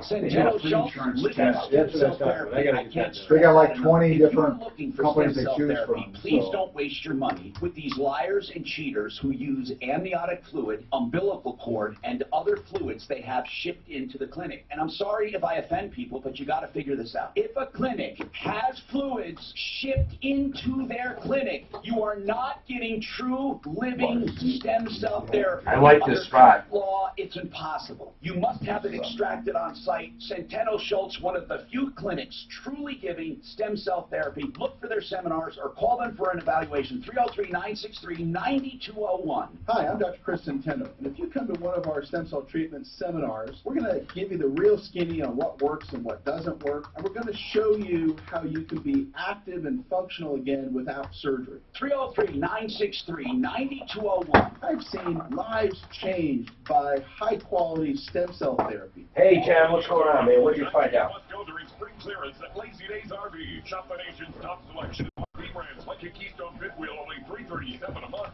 Lazy Days RV, Denver and Loveland. 20% off plus tax title and fees. See dealer for details. Yeah, he says nasty things. Oh my god. Is this a recent one? She claimed he's Jesus. Oh my. That guy's off his rocker. You guys see people off the rocker too, huh? Oh, absolutely. I'm Tom Martino, your troubleshooter. Thank you for being here. Let's get right to the phones. We have a lot going on. Dennis has a question for Larson Tax Relief. They're in the house today. Don't forget, you can always reach them at 844-LARSON Tax. Go ahead, Dennis. Yeah, Tom. So I have a 401, and I was just wondering, when I die, what happens to that with my beneficiaries? Do they get taxed on the whole amount? Now, are you talking about when you're deceased, right? Yes. Okay, in general, there's a really big misunderstanding about people and taxes and inheritances. Inheritances are not taxed. However, you have to understand something about 401ks and that kind of thing, and that's what they're going to tell you. But in general, like you leave a car, you leave money, you leave a house, there's no tax, okay? Go ahead. What were you going to say about? But with 401ks, that's funny. Go ahead. 401ks, that is taxable income, but Right. you're only taxed on the distributions that you receive for that year. You so would it's not only be one taxed lump sum. like it would normally be taxed, right? Exactly. Right. Yeah. Because if you look at it this way, you're not really being taxed for that 401k. You're really not being taxed, you as the or your heir, but the 401k owes tax because it's been deferred. Does that make sense? So do they pay just a flat amount on the whole whatever's left in there, or how does? Well, how do they... on a 401k, the money you put in, you deduct off your income, and then the growth is deducted. Is grows tax free. So when you draw out, you have to pay tax on everything, okay? You have to pay tax on it. So if someone takes your 401k and they inherit it, and they roll it over, what happens then, Michael? Well, when that individual begins receiving payments, whatever payments that they received are then reported, and that's the income that just they have like to pay taxes anyone on. who has a 401k. Exactly. So It's not like they have $45,000 in a 401k account and they're taxed that the year they get it. When he dies, if he has $250,000 in a 401k or IRA or retirement, and he leaves it to me, all I have to do to postpone or, again, defer taxes is roll it into a qualified plan. Well, right. And again, as those distributions are coming in, you can either have withholdings or just pay the tax over to the IRS on a quarterly basis. But as I take the money, but when I roll it over, I don't pay tax on it. Right. When it's rolled over, you don't have to pay tax on it at that point for But qualified plans. Do you understand that, Dennis? So how about if they took out the whole lump sum? Okay, okay. So let's say you have, how much are you going to have accumulated? Let's talk real life. Probably 200,000. Okay. So if I took your 401k as a distribution for the whole amount, the same rules would apply as they apply to you. So, am I 59 and a half or not? Let me ask that question first. Is the beneficiary 59 and a half? No. Okay. So tell them what would happen. Or does it the penalty If they're not 59 and a half and they take an early distribution, penalty, they could be subject to an additional 10%. Just like you would be. / penalty on top of it. Or not. No, if it's an actual, if the individual is deceased, the beneficiary does not have to be 59 and a half. Okay. This is really important. Don't tune out yet. I said wrongly.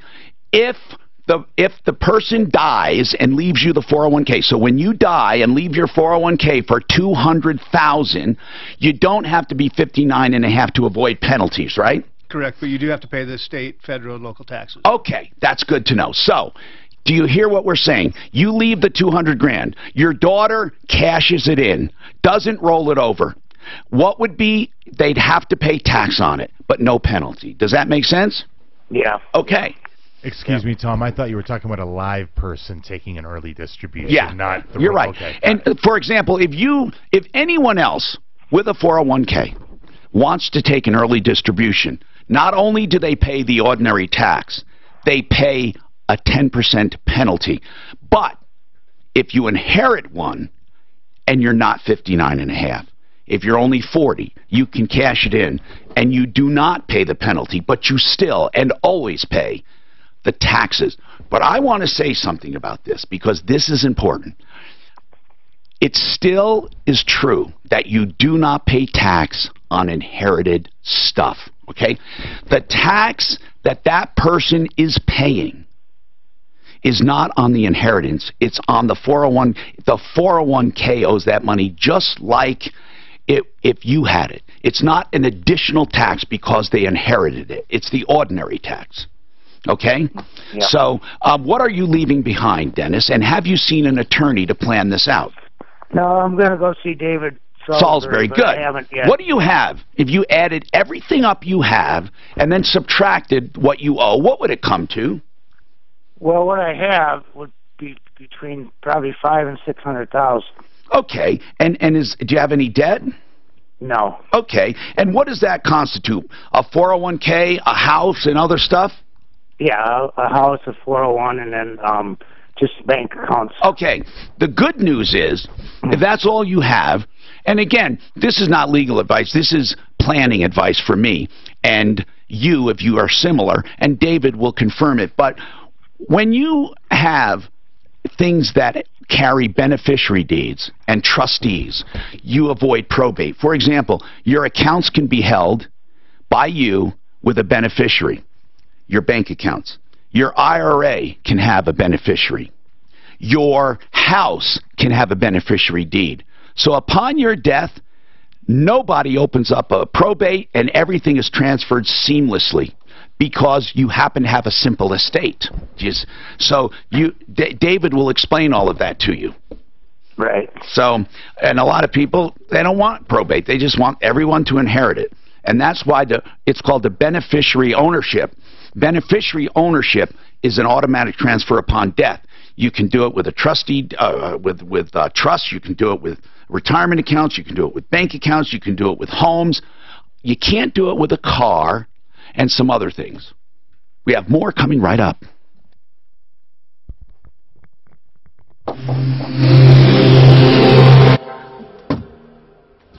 This report is sponsored by Napa Auto Parts. Got a crash downtown or approaching downtown?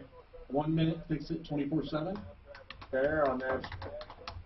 It's 30 spot. India Colfax out in the Aurora Drive. That's going to slow things down. Crash off highway, northbound Santa Fe, approaching Oxford. If you can't, just avoid that area altogether. The rest of the drive across town in fairly decent shape up. 20 seconds. In Clear Creek Canyon once again today for rockfall mitigation. The weather forecast, mostly sunny today, night. It's 30, right? 68 tonight. Yes, sir. Cloudy overnight. We're low around 42. Right now it's mostly cloudy in the Mile High City, and we're sitting at 61. Your traffic and weather. I'm Pete Wagner. 6:30 K-How. This month at Napa Auto Parts stores, get a 5-quart jug. Okay, my mic's going on. Synthetic oil. Plus.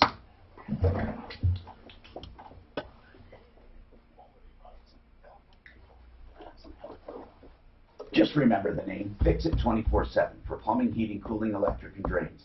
Fix It 24/7. The $39 people. To diagnose a problem, $39. If you have it fixed, they apply the $39. Now, you get cleaning of your furnace or air conditioner for $39. And it's more than just a cleaning, it's a full refurbishing. They remove stuff that they can, and they put it all back together like new. And you get both now for $68, but only for the next 10 people. $68 for both AC and furnace refurbished. 720-526-3939. That's Ken here from this podcast, Today's Growth.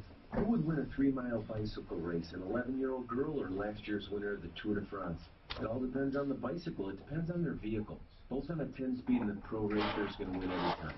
But yeah, if you do the checkup at Compass, they're very good, and it's no obligation whatsoever. Okay. And they're very good. They're if you have a job in a small business, they help people. I truly love my sponsors and actually use them. So I don't even know how no matter how fast you pedal, anyone, it's simply not going to win the race. They're out there in the dark. How do they make decisions? Degree often become very wealthy. So simple. They choose to own their 10 speeds. People make me buying decisions. I actually use every sponsor I have.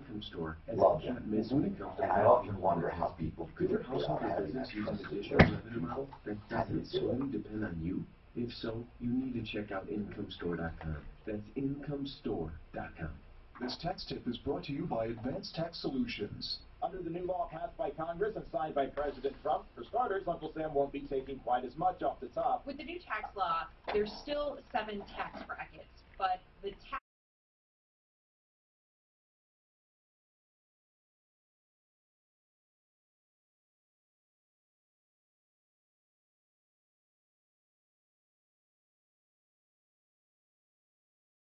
%.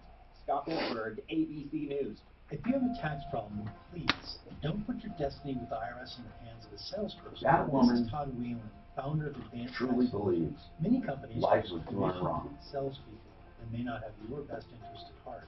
Advanced Tax Most people do. They always think Bernie, bro? doing them wrong. But what do you do when you get shit for free your whole life? I mean, that's what do you expect them to think? They don't know. How come she's not working? How come she just had another baby? How come she had 3 other babies? Right. Yeah, when I This is heard the about most the kids, I was like, unbelievable oh offer boy. I've Well, ever heard exactly. I from a mean, transmission come shop. on, you're doing a kid a favor by bringing the world under that. No, and that kid's gonna grow up to be a bum like the mother. Honest to God. Best standing offer in the business. If you decide it's too much to repair, no problem. If you want to take it somewhere else, no problem. I worked for an admiral who ran the Atlantic Fleet. So we kind of monitored the entire Atlantic and got people across the pond. So you weren't on a boat? I was on a ship, yeah. It was a flagship, so kind of a communication ship. So we would kind of be the people that communicated with everyone else in the fleet, all the other carrier groups and stuff like that. When you're out there, I was in the Marines and stuff, I was on a ship for like 12 days. But how often did you stop in port? We would just go out. We wouldn't be in port too often. We would just go out for a couple weeks at a time and just come on back. Oh, you would? So we would do war games and that kind of thing. Okay, so you wouldn't be like going here, because like I say, the big thing was there is the Pacific float, they call it, where they get the Philippines, Korea. Yeah, no, because he was a staff admiral. He basically, I mean, 3-star admirals in the whole Navy, I think there's maybe 10. So this is a guy who's sitting in the Oval Office once in a while. He needed to be near Washington, so he was based in that Virginia. And that's where we. So that was your home That's base? where we were out to sea. Yeah, Norfolk. Virginia. Yeah. Yep. It's not fun. But I never got seasick, so a lot of people had issues with it. I never did. I tell you, being on a ship to music was boring. Yeah, I like the But you had a mornings. That job. was my favorite time of the day. Was the mornings. Well, aren't you supposed to? Because it's just getting up and. Well, yeah, and I'd go up to the ship and I'd see the dolphins doing their thing while they swim in front of it every morning. And the sunrise is nice and the air feels good. Mornings are nice. Yeah, in the morning. Yeah, that's my favorite time of day on a ship. The breakfasts are always good. The food sucks. Man, we must But have breakfasts we are must have a great. bad shoot. Yeah, the food sucks, but the breakfast is good because you can get a made-to-order omelet. And that was the only good meal of the day, so that made morning okay. Hey, did you ever have somebody talk to you Better about than boiled like chicken. practicing law on your show by giving certain advice? Yeah. Several And I wonder, UPL. I'm off of practice. Yeah, but I've always wanted. Going to a restaurant to the I wondered because that's why we versus have what we the, have. Oh, I can't imagine. Yeah. to have it. I can't imagine, no. Because MREs or whatever. Well, that using was law the license field to stuff, but represent even somebody just in there, just a regular mess hall was not. Let me explain something. We never had that a lot of people. I never was in a Marine Corps mess hall that had eggs made to order. Yeah. Even once. I loved it. Hi, Tom Martino, your troubleshooter, 303-713-TALK. Larson Tax Relief in the house. And I'm going to go to Glenn, who had a question. Dennis wanted to know about estate planning. We referred him to David Salisbury. First, I want a quick comment on Will, since we just mentioned him. Ray, go ahead. Ray, what is your comment? The comment I have is that you said you couldn't do it with cars, and I did it. When someone wants to leave you a car or leave you everything, they put it in both names with rights of survivalship. Oh, that's right. You're right, Ray. That's good. That's a good idea. That's a really good idea. With property, with a house or land or whatever, if you have rights to survivalship, you don't have no problem with it. With property, there's a simple way, and it's called a beneficiary's deed. There would be no other reason not to do a beneficiary's deed. They don't have beneficiary titles with cars, but they do have joint ownership, which would go right to the other one if you did have that right of survivorship. Where the complication comes in, the only complication, Ray, is let's say that person that's also on the deed, on the title with you for the car with survivorship, if somebody has a lien or a lawsuit against them, or somebody like your relative wants to challenge it, it makes it easier for them to challenge than if it was like a house, a beneficiary deed. But you're right, right of survivorship, I forgot about that. Now, I don't know if all states recognize that, by the way. I'm not sure. And maybe we can ask David Salisbury if he's around, because that's a good question. He's not around. Can you remind me to ask about rights of survivorship on ownership of different things? That's a really good question. Maybe we can get him tomorrow or whenever we can get him. Thank you for that, Ray. Now we have a question about interest rates. Glenn, go ahead. Hey, I was just checking on the Ideal. I know they've got that interest rate guarantee or yes, lock or what have you. And I was trying to remember, is that automatic, and what is the difference in interest that triggers it?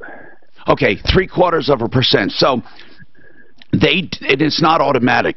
I don't think it is. It might be in their books, but I don't think it is. But in any case, if rates go down 0.75%, 0.75, and it goes down over the next 2 years after closing, then they'll refinance you free of charge. The only thing you do is transfer your escrow and a tax, which are taxes and insurance. And if any of those have a deficiency, or if you have to make up, there would be that money, but nothing else. I mean, they don't charge underwriting fee or any of that. Okay, yeah, because we refied in October, and we're like 4.86 or something. It's got to be getting close. So Glenn, what is your rate right now? What is your rate? I believe it's 4.85 or something very close to that. Oh, and what are the rates right now? I think you are at that point. I'm seeing some that are lower than that. Well, you ought to call them. I mean, what the heck, right? Just call them. Well, and the other question I had quick, too, is they did sell it to SunTrust Mortgage, but I wondered if that factored in at all, or if they... No, because they're the ones that are going to be refinancing it, not SunTrust. When they fund all of their own loans, they're mortgage lenders, but they usually fund temporarily. They don't keep them in-house. And what they do is they sell them, of course, under the same terms and conditions. But the interest rate guarantee is not a function of the loan. It's a function of the processing. Very good. So anyway, that's the way to do it. 303-713-TALK. Let's see. Sam is the one. Yeah, Sam's been waiting a while. Go ahead, Sam. What's happening? Yes, I got renewal. I mean, that's deal I got from American Family. I've been with them over 30 years. American Family? Yes. Okay, if you've had American Family 30 years, automatically, without seeing anything, you're paying too much. Right. Yep, and you need to get an insurance checkup. Well, and what they did was, now, they sent me a letter saying American Family Insurance committed to insurance customers, accurately reflect their current situation. With this in mind, we regularly review all accounts and continue eligibility and our factors such as... And what do they want? So they want to counsel me because I had 4 claims in the last 5 years. Well, here's the thing. It's a blessing. Although, now that you've had all those claims, it's going to count against you. You can't stop them from canceling you if they want to. Right. But then they're saying, while this policy is no longer eligible for American Family, it does not mean that you're not uninsurable. That's right. But you should not mess with American Family or any of their affiliates, in my opinion. You should go to Compass Insurance Group and let them search for you. That's what they do. They have many, many companies they can shop for you from. That's it.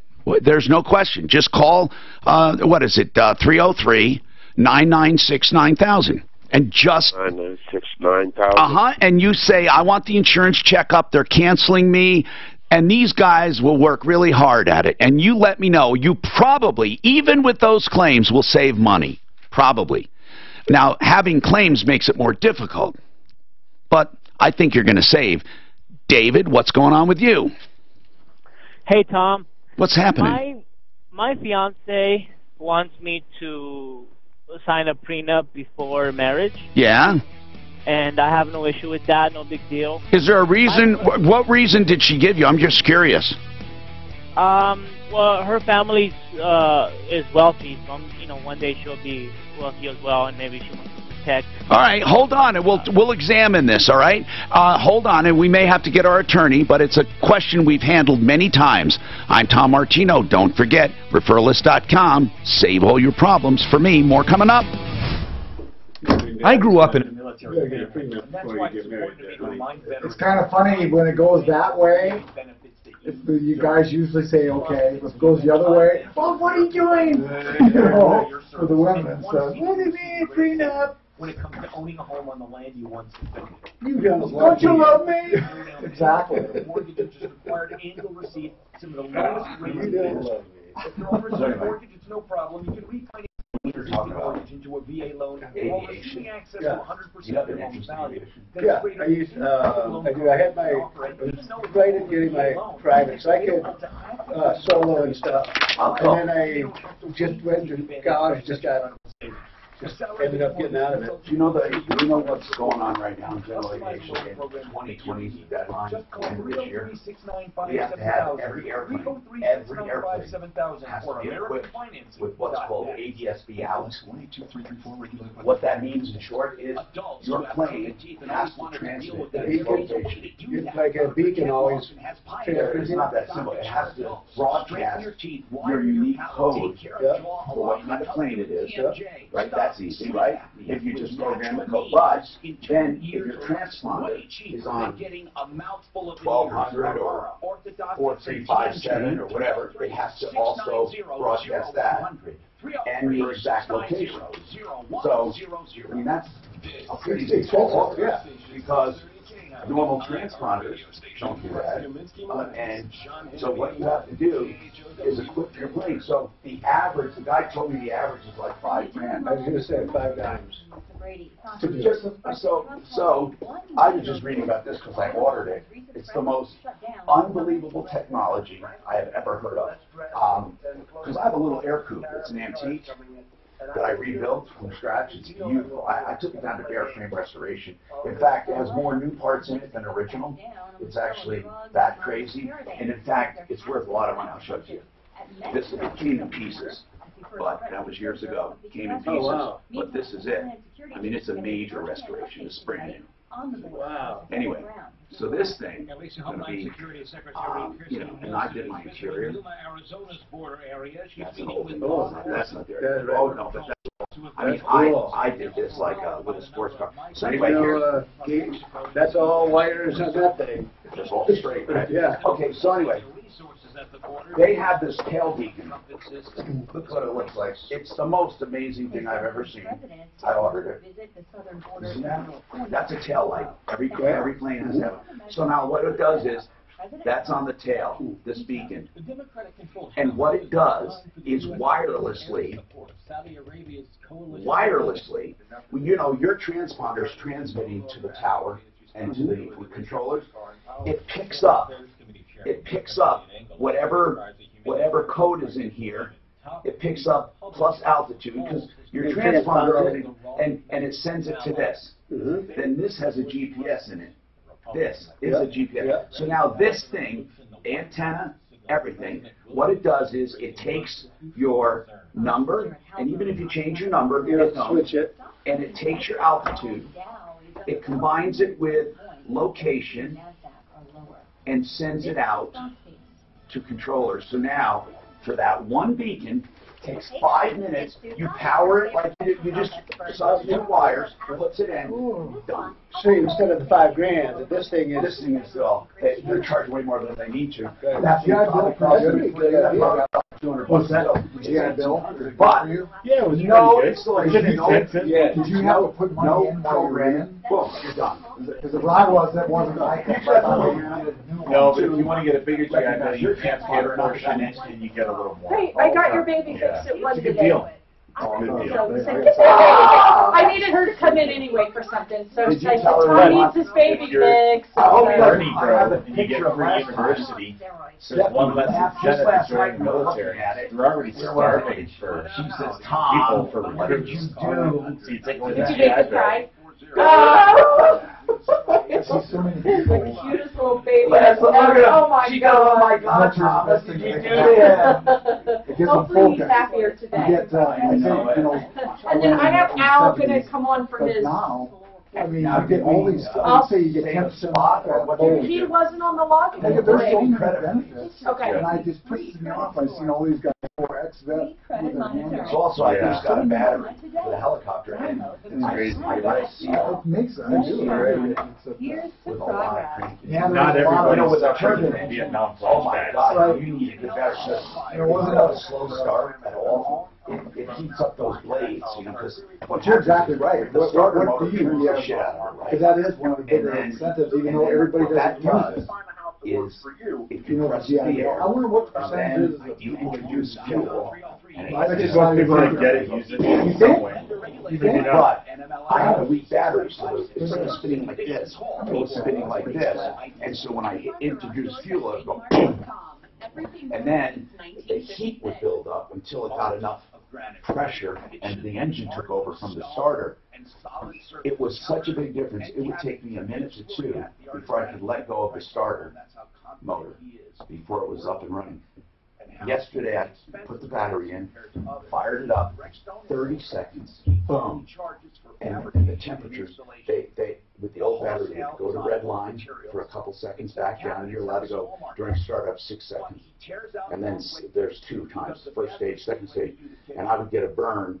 And I'm sure that took a toll on the engine, even though it's technically within standards.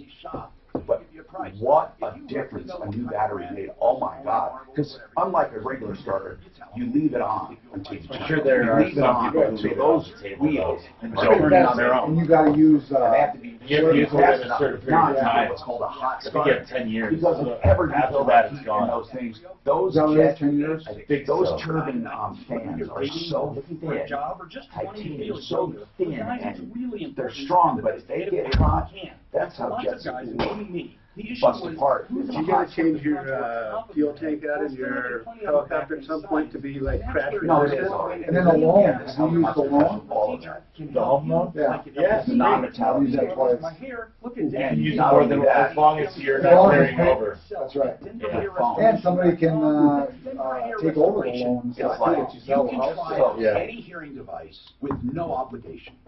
But those Robinsons, man, they were lit on Whether fire. suffering from hearing loss or tinnitus, They're metal cans, man. Any kind of Montgomery, yeah, they Yeah. And these bladders are meant to be dropped in those black. That's what they have. So that's an invention worth nearly 72,000. It's like That's crazy. When I was in it, it was 35. treatment for tinnitus. Mine's not quite a water bag. Mine is a plastic show. container. 1,900 a month, that's what you got? Filled with foam. I got 35,000 total. So the fuel, Okay. Yours says 1994 a you month. don't see the fuel, it's being absorbed. You know, I got back then, it was $330. It doesn't swap. Yeah, it's doubled since I was in. It's all a giant sponge. And I was in And at the bottom the of the sponge is mid-2000s. hot. You can see it, because when you get above the sponge, it starts filling up and it goes that far from the neck.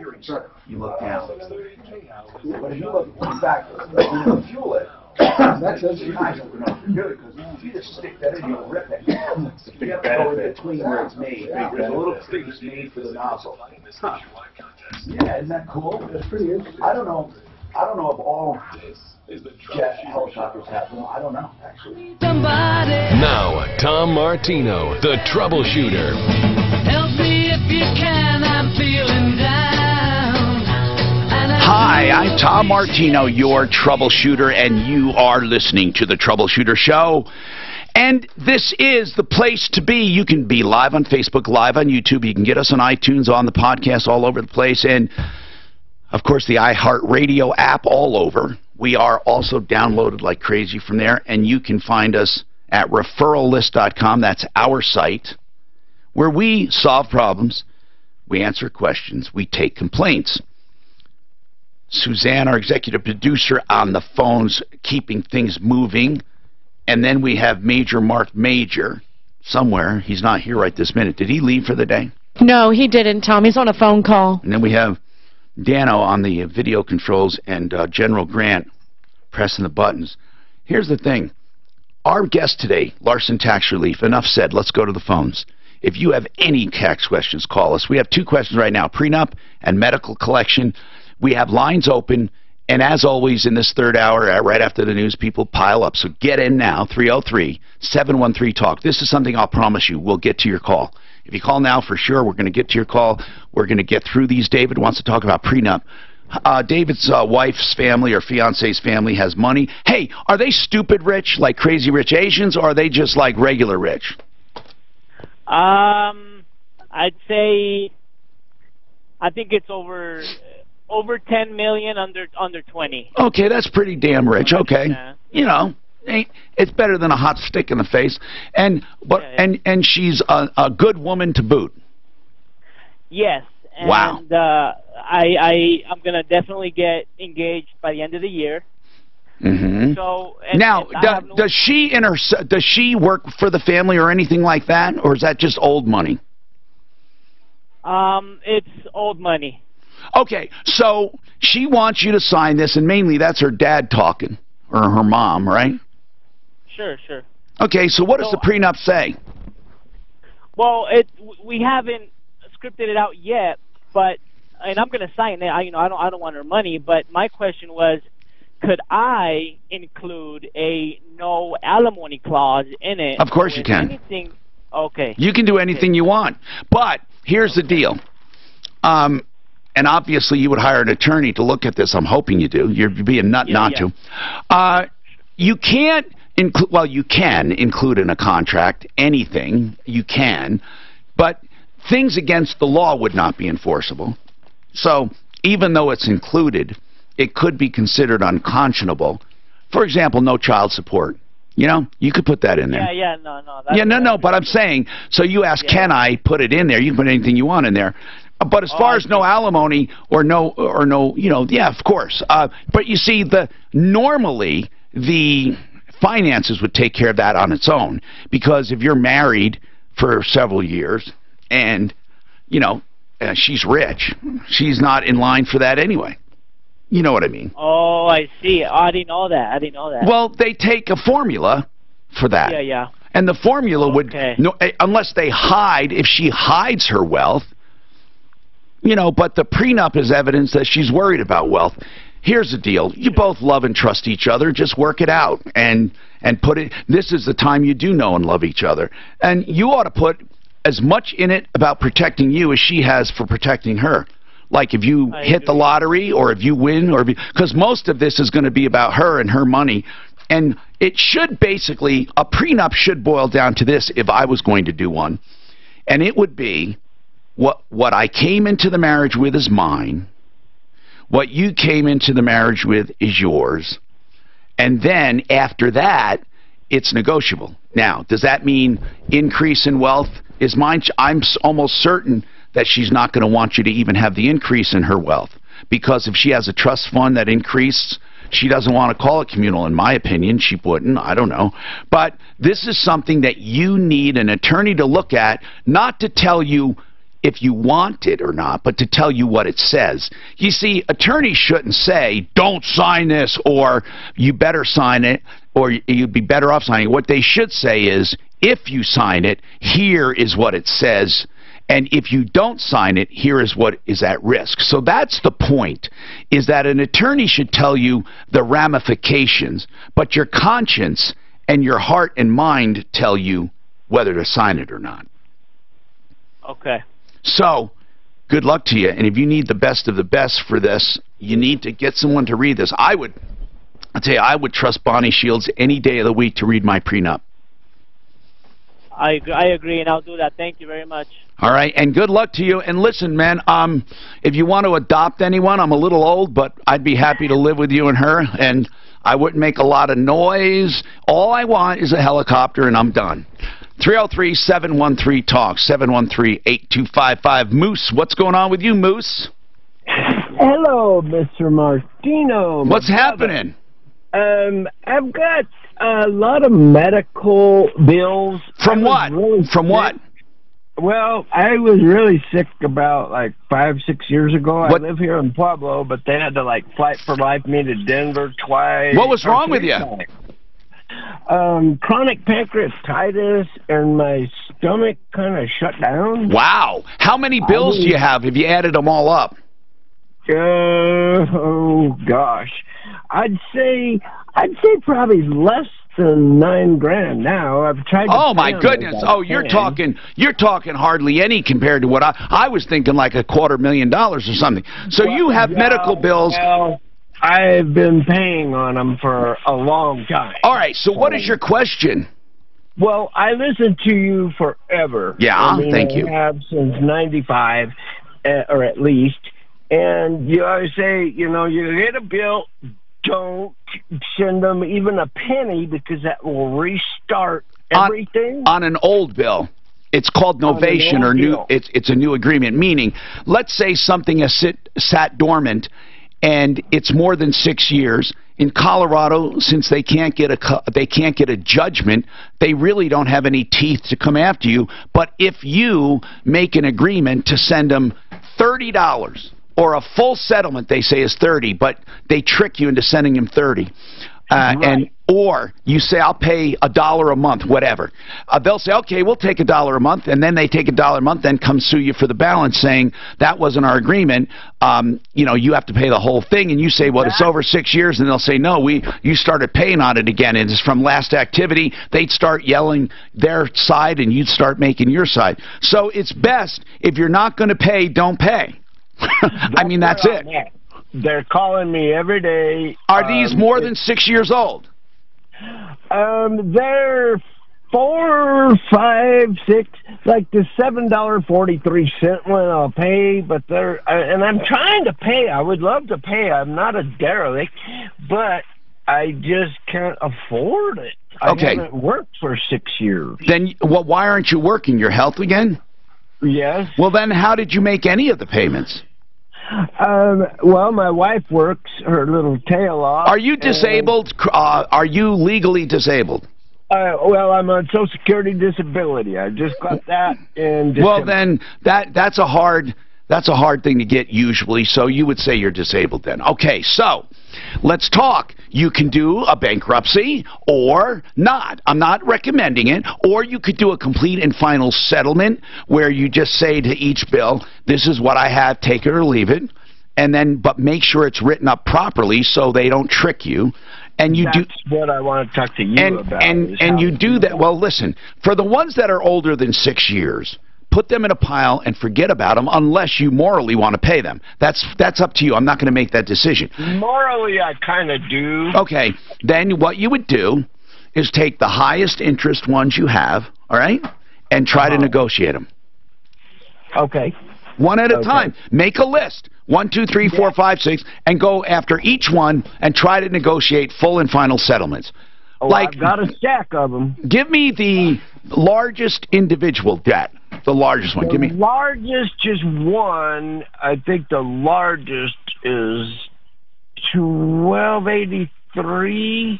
Okay, so you go to them, but you have to have the cash to do it. You don't make a settlement and then say, okay, I'll pay you $5 a month on that. You make a settlement, like, for example, on the $1,283.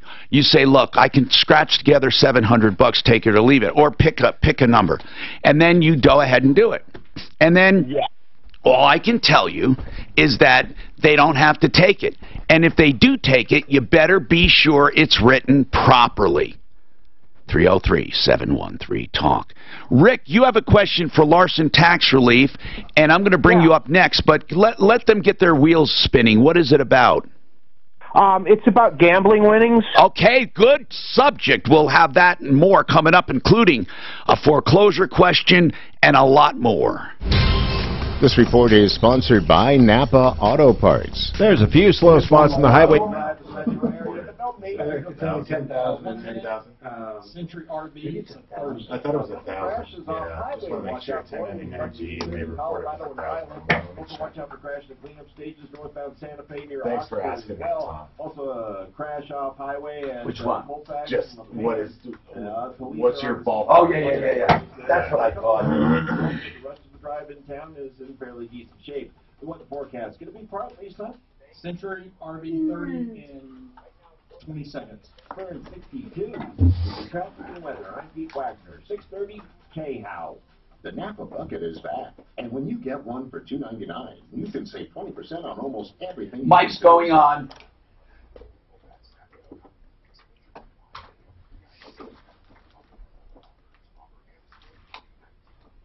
CentryRV.com. CentryRV.com, as in the 100 Century, CENTURY, CentryRV.com. Go there and save a lot of money. They have 2 locations in Lakewood, just north of 6th Avenue between Kipling and Sins, and up north on the 119 turnoff off of I-25 to Longmont. So this is the deal. They have new and used. They have a service department. They have everything you need, including new Cougar travel trailers, amazing discounts, putting new units under $24,000. Give them a call, 303-453-1111.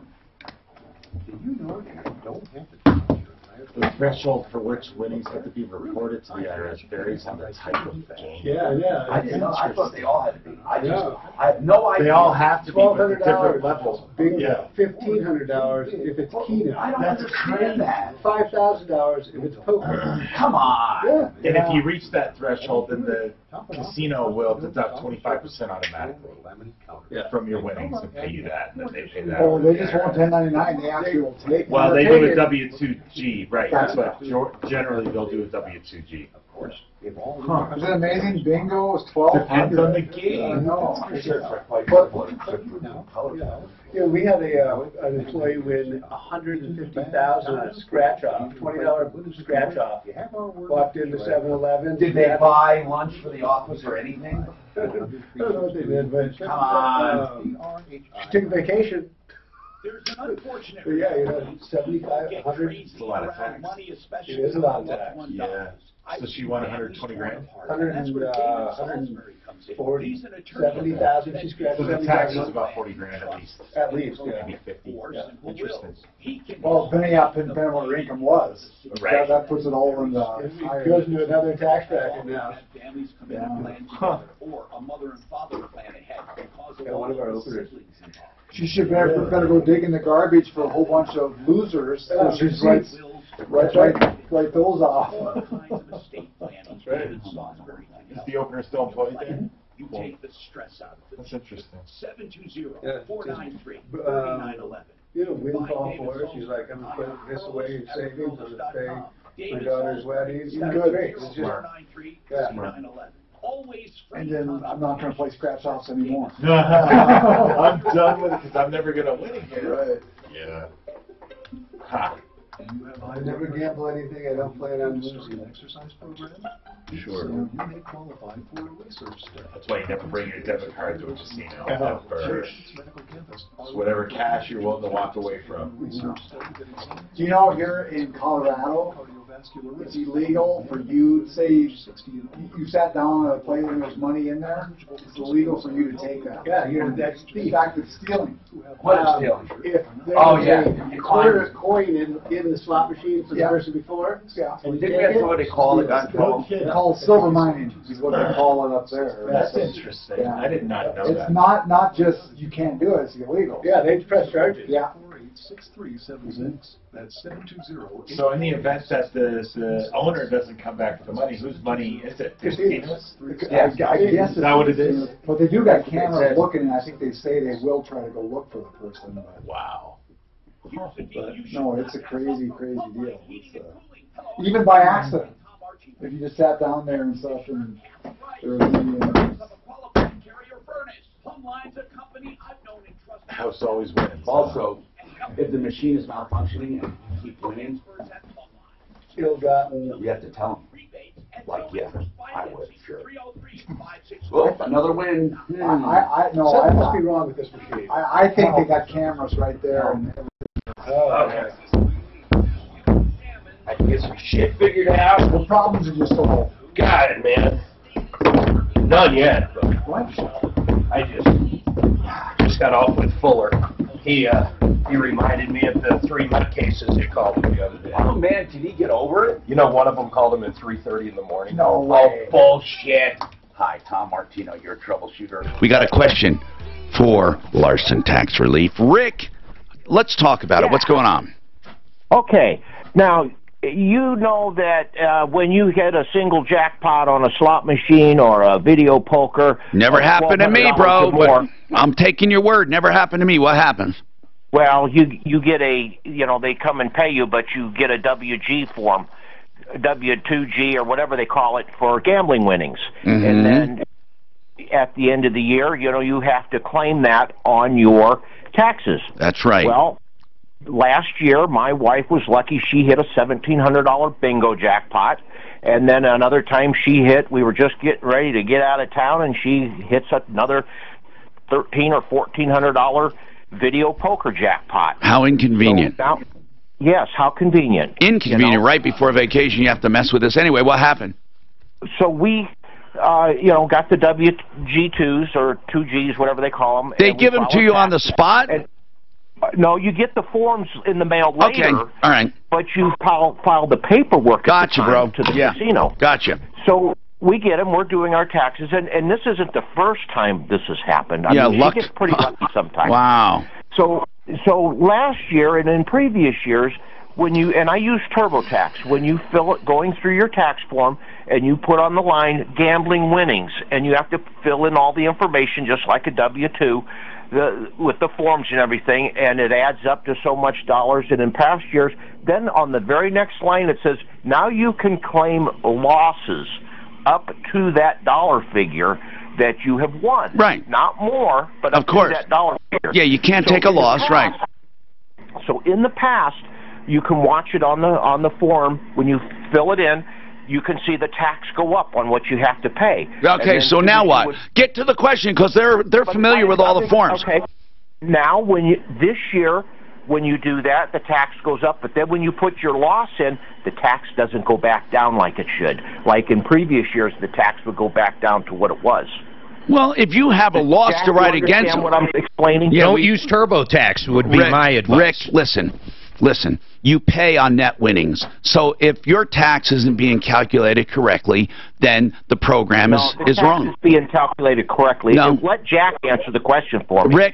Rick, first of all, you don't have to be rude. What I'm saying is I'm this. not being rude. Listen, You're the one being rude. No, I'm not. What I said was you pay on net winnings. So if you put the expenses in there, and as you say, it did not go down, then it is not correctly calculated. Why would you say it is?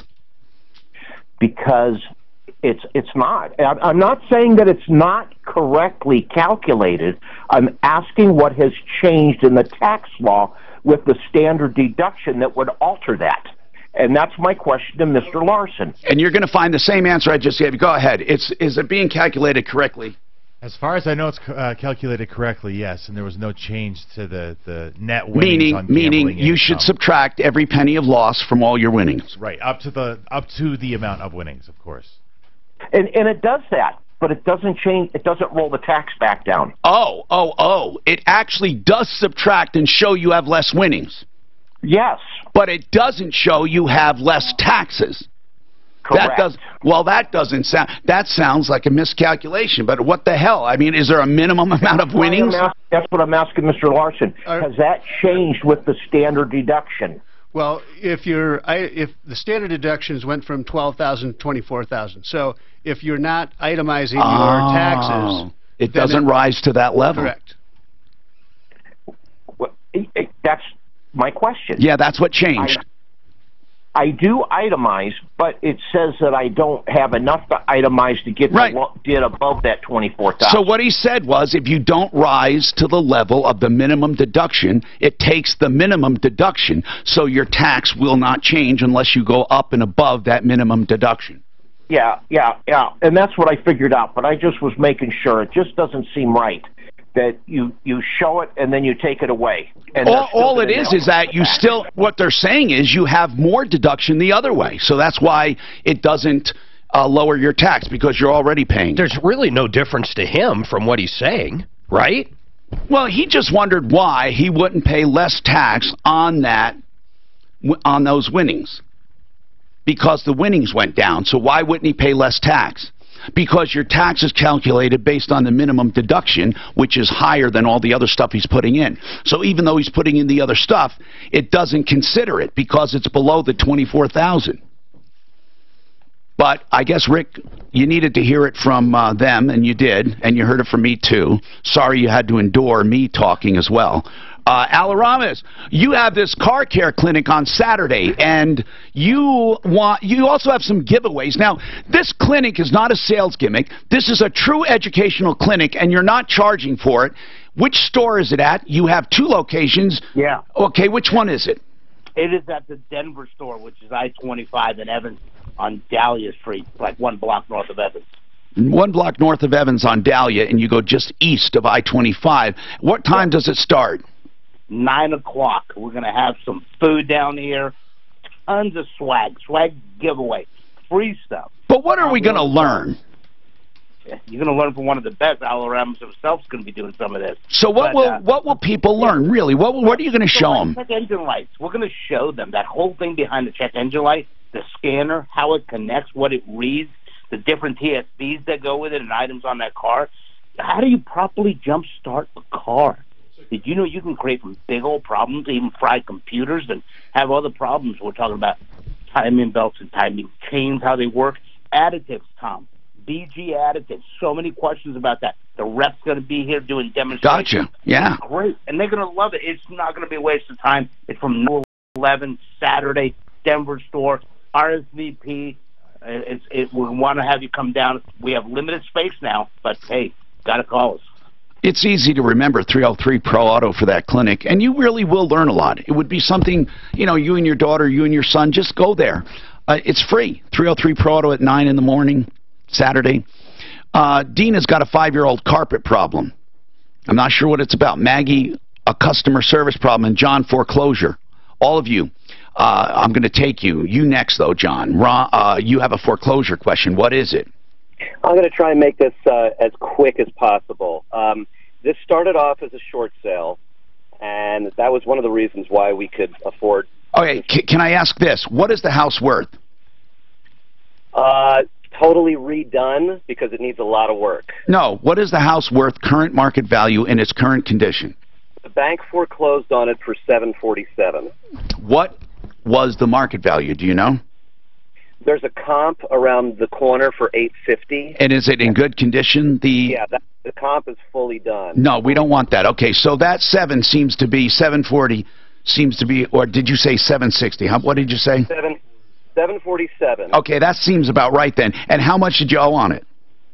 No. This is a house we're interested in buying. Okay, you don't know what they owed, but anyway, the foreclosure amount is for. So it's not for sale right now.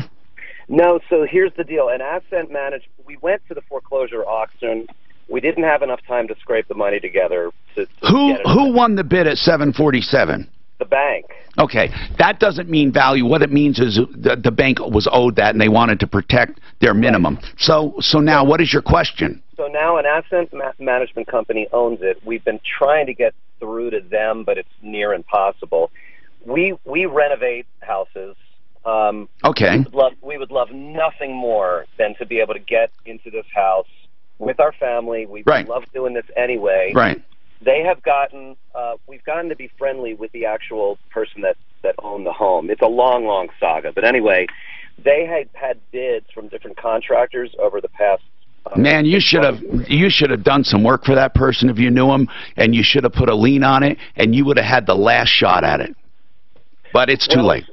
So do you have any strategies of getting in there before the asset management tries to put some money into it and then sell it for... Well, no, other than, obviously, before the sale, if anyone knows people in trouble, if you put a lien on a house, legitimately put a lien on it, it's funny, but the most junior lien gets the last shot at buying it. And that's why a lot of these places, if there's equity or anything, people go in and they'll do a work and say, hey, let me put a lien on your house, don't pay me, and then they go through, and at the end, they have to give you 5 days from the last bid to bid, and people end up with houses. It's amazing. But anyway, on this case, too late. So what you do, there is no secret.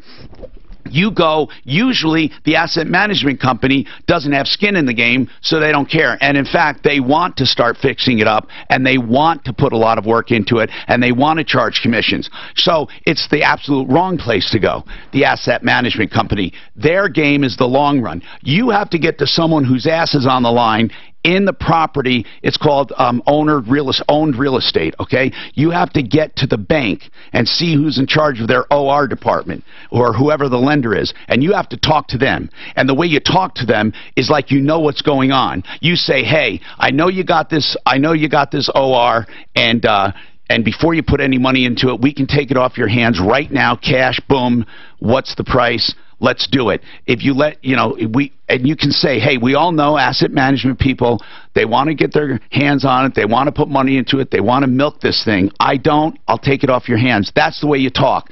But you have to go to whoever ass is on the line at the bank. Okay? So who's in charge of that department? Who's the lender? It was owned by, God, you... Hold on. You got to go to the lender, okay? Not who owned it, okay? The lender who bought it and owns it for $747. Go to the OR department or RO department, real estate owned department. This is Denver's Talk Station, 630. Sure they did. Yeah, okay. That's an ex-member on line 1. Stocks are mixed in afternoon trading as the president prepares to meet top China. I guess they used to be on the referrals. I have no idea what the complaint was, but I don't like the company. Concern among investors, among the gains of banks and industrial. I like and mortgage rates moving slightly higher. No. Here's what I've learned from them. Mortgage buyer Freddie Mac says the Watch when the volley's over. Like right now, watch what she does. She never bends down to pick the ball up. She constantly hits it off the wall to re-grab it to serve. Watch her. I'm going to start doing that. Watch. Watch. Oh, this girl might be different. Nope, she's not. Look. She will not bend over and pick up the ball. Watch. She'll finally catch it. They never bend over to pick up the ball. They're lazy. It's crazy. That's what we need to do that. That's the one thing they all do. Were not disclosed. Bend down. Don't be lazy. I like it. I like it because it makes you look. See, every time. In pretty good shape right now. No major delays. Just a few of the every time. It's crazy. They both do it.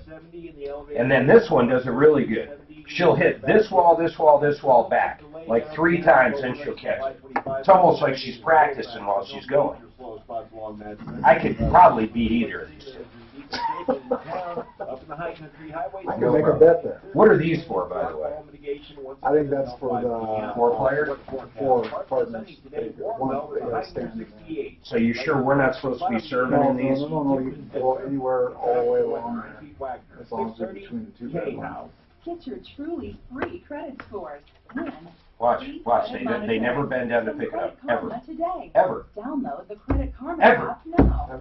Ever. It's crazy. Why don't they? Because they hit it onto the wall with their racket and catch it. It's crazy, man. Just because they don't want to bend down. Or they can do this to it. Don't you ever do that? Yep, she does that too. Drink and drive. Unlike a tennis ball, though, it is hard to... It doesn't whip as easy as a tennis ball. Is it a roll around? Is it rubber?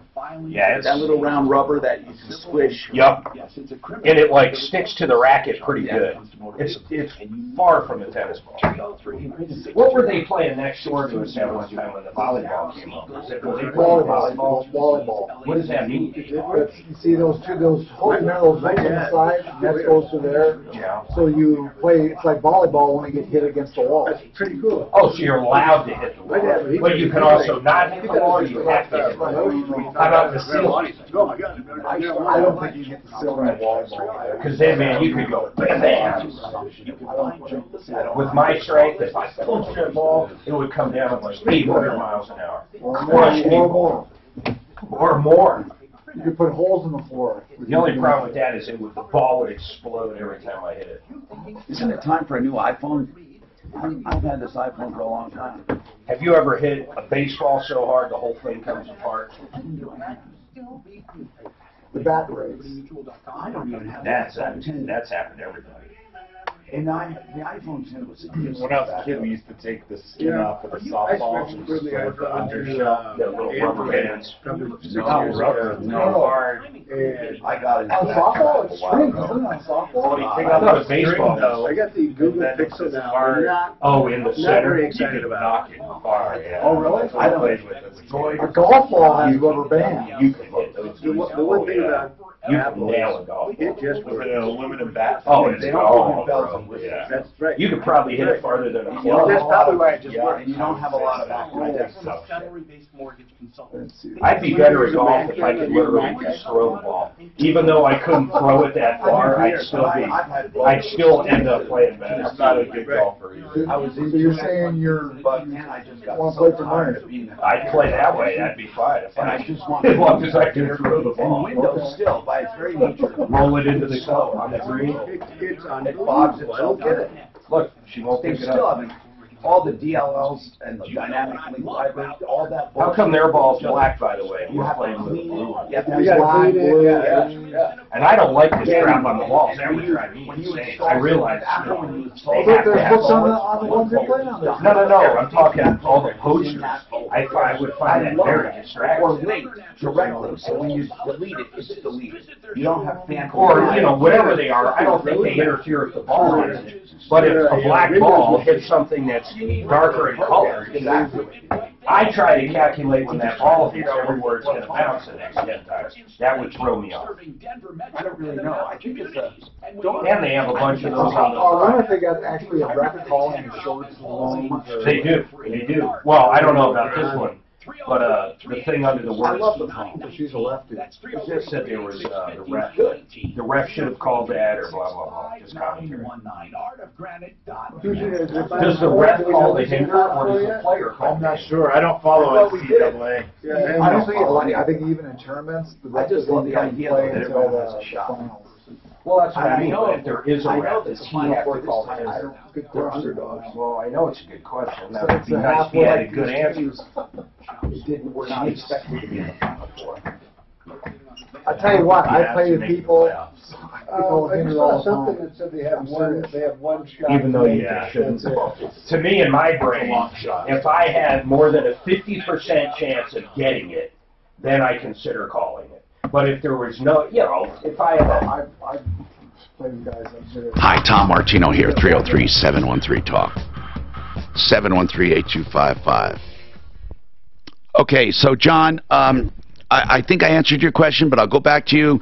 There's a house that was in the neighborhood foreclosed on for $747,000. It's now with an asset management company. You want to try to buy it quickly, and I said, go to the lender directly. Okay, he's gone. Okay, let's keep going. Maggie, what do you have to say about customer service? Go ahead, Maggie. Oh, you're always talking about the difference between good customer service and bad customer service. In general. Well, we lived in Denver for a long time. We live in Phoenix now, and I've been listening to you since the days of Father John. Yes. But anyway, we were coming up to visit our kids and our grandkids, and we were having trouble with our Subaru with volume. So we called the Groove Subaru on Littleton and Broadway, and they blew us off. They said they didn't have any openings. We told them we were traveling. They didn't have any openings until the first week of May, blah, blah, blah. So we called the dealership in Colorado Springs, the Herberger dealership in Colorado Springs, Subaru, and we talked to this nice young man in the service department, and he said, well, they were booked up, but he said, bring the car in, and I'll look at it and see if there's anything we can do. We brought it in. He listened to he listened to us complain about Groove, frankly, and then he said, well, there's something we can try. He said, I don't know if it'll work or not, but he made the effort. He did it. He listened to us, and ultimately it didn't solve the problem, but we felt that they listened to us. Right. It was really, really nice. Right. And he didn't blow us off. Right. Groove did. And this was a Herberger. And they both had the same exact results. They did nothing for you. But the one yes, that right. But the one that was nice, and the other one you'll never forget. Isn't that terrible? I won't. And I wanted to tell the young man's name was Patrick Regal, and he was he looked like he was like a teenager to us, but he was super, super Patrick, nice. and he is with who? Let's make sure. Herberger. Herberger, Okay. And I would not go to Groove for anything. I mean, they were rude, and frankly, they couldn't be bothered. Well, especially if you're traveling, the chances of you ever going back there or buying a car from them are nil, so they figured, what the hell? You know, get lost, lady. Yep. So I just wanted to give a shout out. Well, to that's so Patrick, nice of you. Regal and Herberger, because they were absolutely outstanding. Thank you for that. Really appreciate that's it. great. That is great. Over the years, we've had a couple issues with them, but they always have handled them for the most part. Herberger. They're yeah, I don't recall the name. 303-713-TALK. We have in the house with us Larson Tax Relief. They help with tax problems, and we'll talk about that coming up. We have some emails for them. We also have lines open at 303-713-TALK. You can get right through 713-8255. Dina, let's talk about your carpet. What's going on, Dina? Hi, Tom. Hi. Yeah, we bought carpet, and in 2014. Did it the right way. I went to your referral list. Who'd you use? Impressions. Tom Wolf at Okay, Impressions. very nice people. Very nice people. And we bought carpet, and it was installed by one of your favorite people, CJ. But don't they also do, didn't Wolf do, they do installations, right? Yes, they did it. Well, Oh, they- he he was who did it for Wolf. Oh, okay, gotcha. Yeah. And they installed the carpet, and right away it started pulling up and kind of rippling. Very slowly, and now 5 years later, it is ugly. Well, damn, why'd you wait so long? Why'd you wait so long? 5 years ago? Because no, I procrastinated. I shouldn't have. But Tom came out in November and looked at it, and he said, "Oh yeah, this is a problem." So he gave me an estimate, and he wants to charge us $400 to restretch the whole thing. Well, restretching is something that everyone has to do, and it's not a warranty thing. It depends on the conditions and environment of your home. But if it's right after installation, then they usually come back and do that free of charge. Yeah, but Buddy Mitchell's come out and restretched ours. It cost us maybe $100 for the whole house. No, I understand that. What I was going to say, though, just under normal circumstances, if you have a carpet installed and within 6 months or so you're seeing this, they should come back and fix it, and they shouldn't charge. But then They came after back in a year and did the cleaning, the free cleaning, and the But guy, Dina, he said do no, you- he denied that it was a problem. Dina, I know that's what you're telling me, but I'm looking at a 5-year-old problem. I mean, I know that's what you're saying, but if it's 5 years ago, if they want to charge you for stretching, now you start shopping price. It won't be unusual to be charged for stretching. Call Buddy Mitchell. Call Simply Floors. They'll do it, and they'll do it much cheaper. If you're asking, should they do it free? No, they shouldn't do it free, unless you have some record that they kept coming back and couldn't get it right. But all I hear is that you had it done, you noticed some problems, but to let it go this much time, I can't go back in time and reconstruct this. Getting it restretched is not a big deal. It is something that most people in most circumstances have to do. What you're charged is another thing. That price does not sound right to me, $400, unless you have a very large house. I don't know. Do you have a very large house? It's not real large, but the whole everything they laid is wrinkled. Everything. Okay. Well, I'd like to see a picture of it. I'd like to see it too. I want to make sure that this is not. Can I see some pictures? I want to make sure. Yes, I want to make sure this is not defective. You see what I'm saying? Well, that's what he said. Tom said he wants to restretch it, and then if it does it again, then they'll talk to the company and try to replace it. Yeah, and that's what I thought. They're good people. I mean, I just, like I said, $400. Now, should he have said, well, since we have a record of you contacting us, we may do it cheaper? I don't know. I don't know what has gone on these last 5 years. Were you in constant contact? But the fact that he's willing to do it and then contact the manufacturer tells me he's not hiding from it. Now, you may want to shop the price as far as how much it should cost to stretch it. I can't tell you, Mark, how much were you charging? Are you sure it wasn't because Buddy's a friend?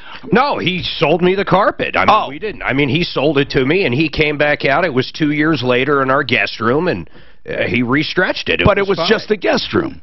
Yeah, that's right. And how much? God, man, it was like, I don't know, it was less than $100 easy. Okay. And you know how far away we live. I understand. That's the guest room. But what if it's the whole house? Maybe $400 reasonable. This report is sponsored by Credit Karma. There's a Just have her check a few places. Get the picture. But I mean, you really can't complain 5 years later. No, you really can't. You can't. 5 years later. I know it. And the guys even Well, whenever she pays for it, and then it does it again, and it's a defect, is he saying, I'll give you the $400 back? No, he's saying he's going to contact the manufacturer. I don't know about the $400. She didn't address that. Tom is not a bad guy. He just is. Slight chance of afternoon thunderstorms, a high near 70. Right now, mostly cloudy skies and 62. With your traffic and weather, I'm Pete Wagner. 6:30, K-How. Get your true. They don't. 10 seconds. Paradigm Group. They're as crazy as a serve as I thought they would be. I got a friend, I bet you he's 300 pounds. He won Wyoming doubles by himself.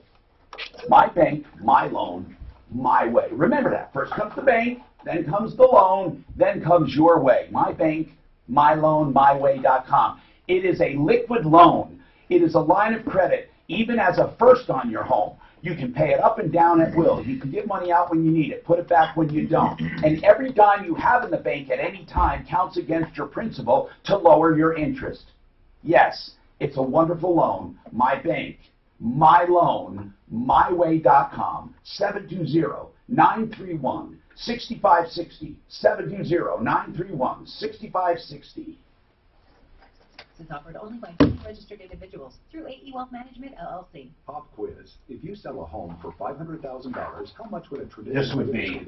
ping pong. Oh, man, these guys are crazy, man. They are good. Right. Who? But if you think... Crazy ping pong. I love that, where they're 10, 15 feet away. Are they that far away?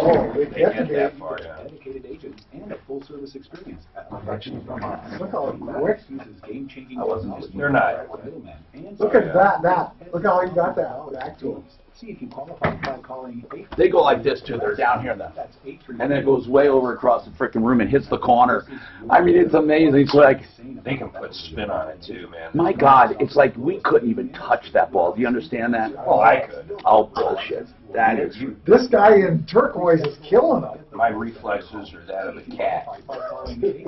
A dead cat. That cat in the box they're always talking about. Look at that. Schlinder. I like when he fakes them out with a slow serve. He acts like he's going to nail it. He'll be there today. We didn't beat him last time. I've met him before, the big fellow in the conference room. Yeah. Changing out old or ugly windows or windows that don't have Oh, adequate man. heat protection for new windows. Did you watch, there was a ping pong game or movie out. I forget what it was called. It was pretty good, though. It's a comedian. For which they've been the leading certified contractor installer. And then there was a dodgeball one that was out, too. Yeah, dodgeball is a good show. You know, I thought about you with the Ernie McCracken, the bowler. Oh, God, that's funny. Oh, the guy that lost his hand. Dude, that opening scene where he's got to go down on that old chick for, what was the name of that? he can't, she's ready to evict him. What movie is It's Woody Harrelson, and his landlord's ready to evict him. And she is like this 90-year-old nasty. And she's like, you know how we can settle up. Get going. And they just show him going down, and you're going, Isn't he throwing up the toilet afterwards? He's him big time. That was such a funny show. But he's no, it's the other guy that's a Quaker, right? Or not a Quaker, Amish guy. Woody Harrelson's a great actor. Sure is. Oh, he is. And this one, he's like, you know, it's a slapstick, man. Yeah. I heard that new movie he did with Kevin Costner is awesome. What is it? It's on Netflix. Yeah, I forget what it's called. Highwayman. I heard that movie's incredible. It's a movie or a series? It's a movie. Oh, I thought it was a series. It's a movie, and it's about a true life story of Bonnie and Clyde, is that? Yeah. Oh, I did see that on the thing. I want to see that. Hi, I'm Tom Martino, your troubleshooter, 303-713-TALK, 303-713-8255. Larson Tax Relief in the house, and I do have some emails. I'm trying to find the dang things right now because just when I need them, they're not there. I know one had to do with penalties and interest, so I'm just go by memory. Do they ever get waived, penalties and interest? Guys. Yes, they can get waived, penalties and interest. It depends on your tax compliance history. So if you have a good history for at least the last 3 years before you accrued your first penalty, then you are eligible to be considered for abatement on those. Even interest, because I always thought with interest, no. because that's the use of your own money. That's accrued on the assessed penalty only, but not normal interest. And by the way, this hour brought to you by One Clear Choice Garage Door. I should have told you, OneClearChoiceDoors.com for any help you need with your garage door, whether sudden, you need to get to them immediately, or something like maintenance or inspections. OneClearChoiceDoors.com. So let's talk, Tony. What's going on? Hello, Tom. How are you doing? Good, man. What's happening? Well, I bought a vehicle back in December from Skyline Mitsubishi. That was a used vehicle. Picked up all the warranties on it. Less than 24 hours later. How many miles were on it? 135,000. And you picked up warranties on it. What warranties? Yeah, they offered me an opportunity for a full service warranty. Oh, okay. So there wasn't a factory warranty on it. No, not a factory. Okay. And what kind of car was it again? 2001 Dodge Dakota. Okay, so what's the problem? Well, 24 hours after I bought it, I'm returning the title for my old vehicle Mm-hmm. that I used for the trade-in. It blew a head gasket on the shop. They were supposed to replace the head gasket since it was covered under the warranty. I doubt it was covered. I mean, you have a warranty, but mostly on a used car warranty, you'd be shocked. And if they did cover it, you're going to be very fortunate. Did they cover it? Yes, they did. Excellent, man. And really excellent, because most of the time they find an excuse not to. So what happened then? Well, it blew the same. Less than a month later, it started burning through refrigerant issues. So it burned it again. So 2 head gaskets. That's weird. Yeah, well, turns out, so it was giving me issues. By the way, did they replace, just in the interest of time, and tomorrow's car day, which is good, we can have our experts, but did it blow a second head gasket, and did they replace it?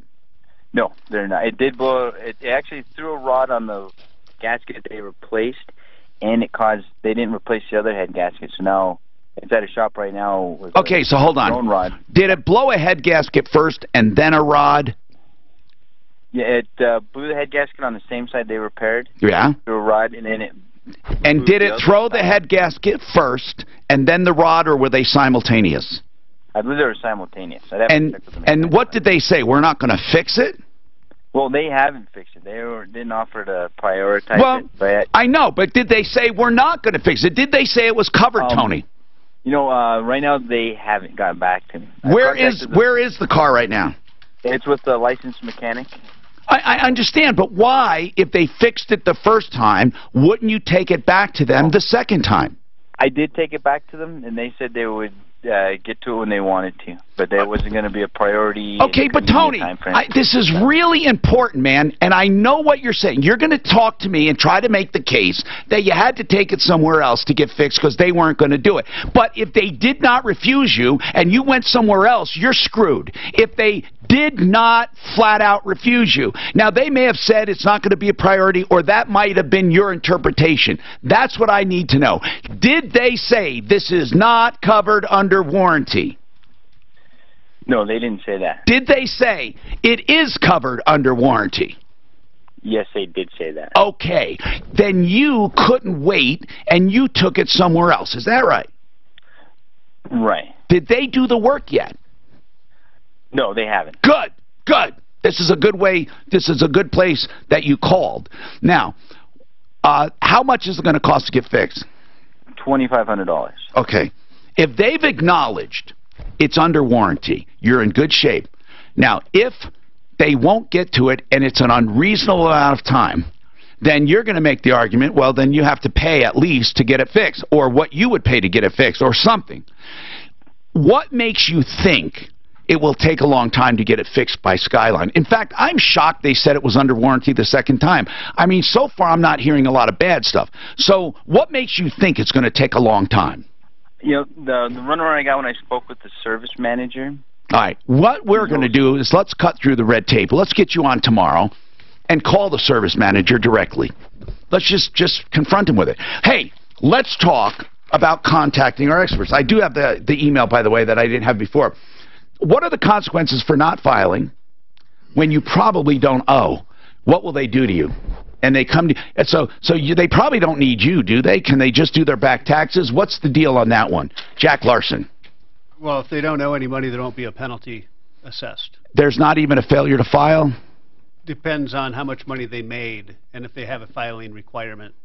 Okay, then if they have a filing requirement and they haven't filed in a few years, is that difficult to solve? Well, no, absolutely not. They can get the info needed to file the returns. But yeah, if they're above the minimum threshold of income, they will be penalized for failure to file that or those returns. But that doesn't amount to much, right? Not too much, no. Okay, so when somebody somebody calls you with a minor problem like that, do you give out information on what to do next? Happy to, always. We here at Larson are happy to take questions. Then that's the good point, okay? Even though you may not need them, they'll tell you what you need to do or where you need to go, okay? And that's 844 Larson Tax and Larson 844 LARSON Tax. Larson Tax, 844-LARSON-TAX. Don't forget referralist.com. I'm Tom Martino. I say this and I mean it. Save all your problems for me. I bet you had warped heads, and that's why I blew the other head jazz. What do you mean? Oh, I'm sure they didn't mill the head. Do you care if this is locked or not? That's what it's know. Is this still? What do you think? He'll be lucky to get What's your 170 yet. I think if we put, people are pretty respectful. I think if we put lots of stuff and leave it unlocked, maybe lock it for the weekends. I think we'd be okay. Do you care? Good to meet you, Mark. Good to meet you, man. Yeah. We'll see you guys next You time. did good. You did good. You did good. You're done good, guy. Long, Tom. See you, man. I got emailed Cindy for new dates.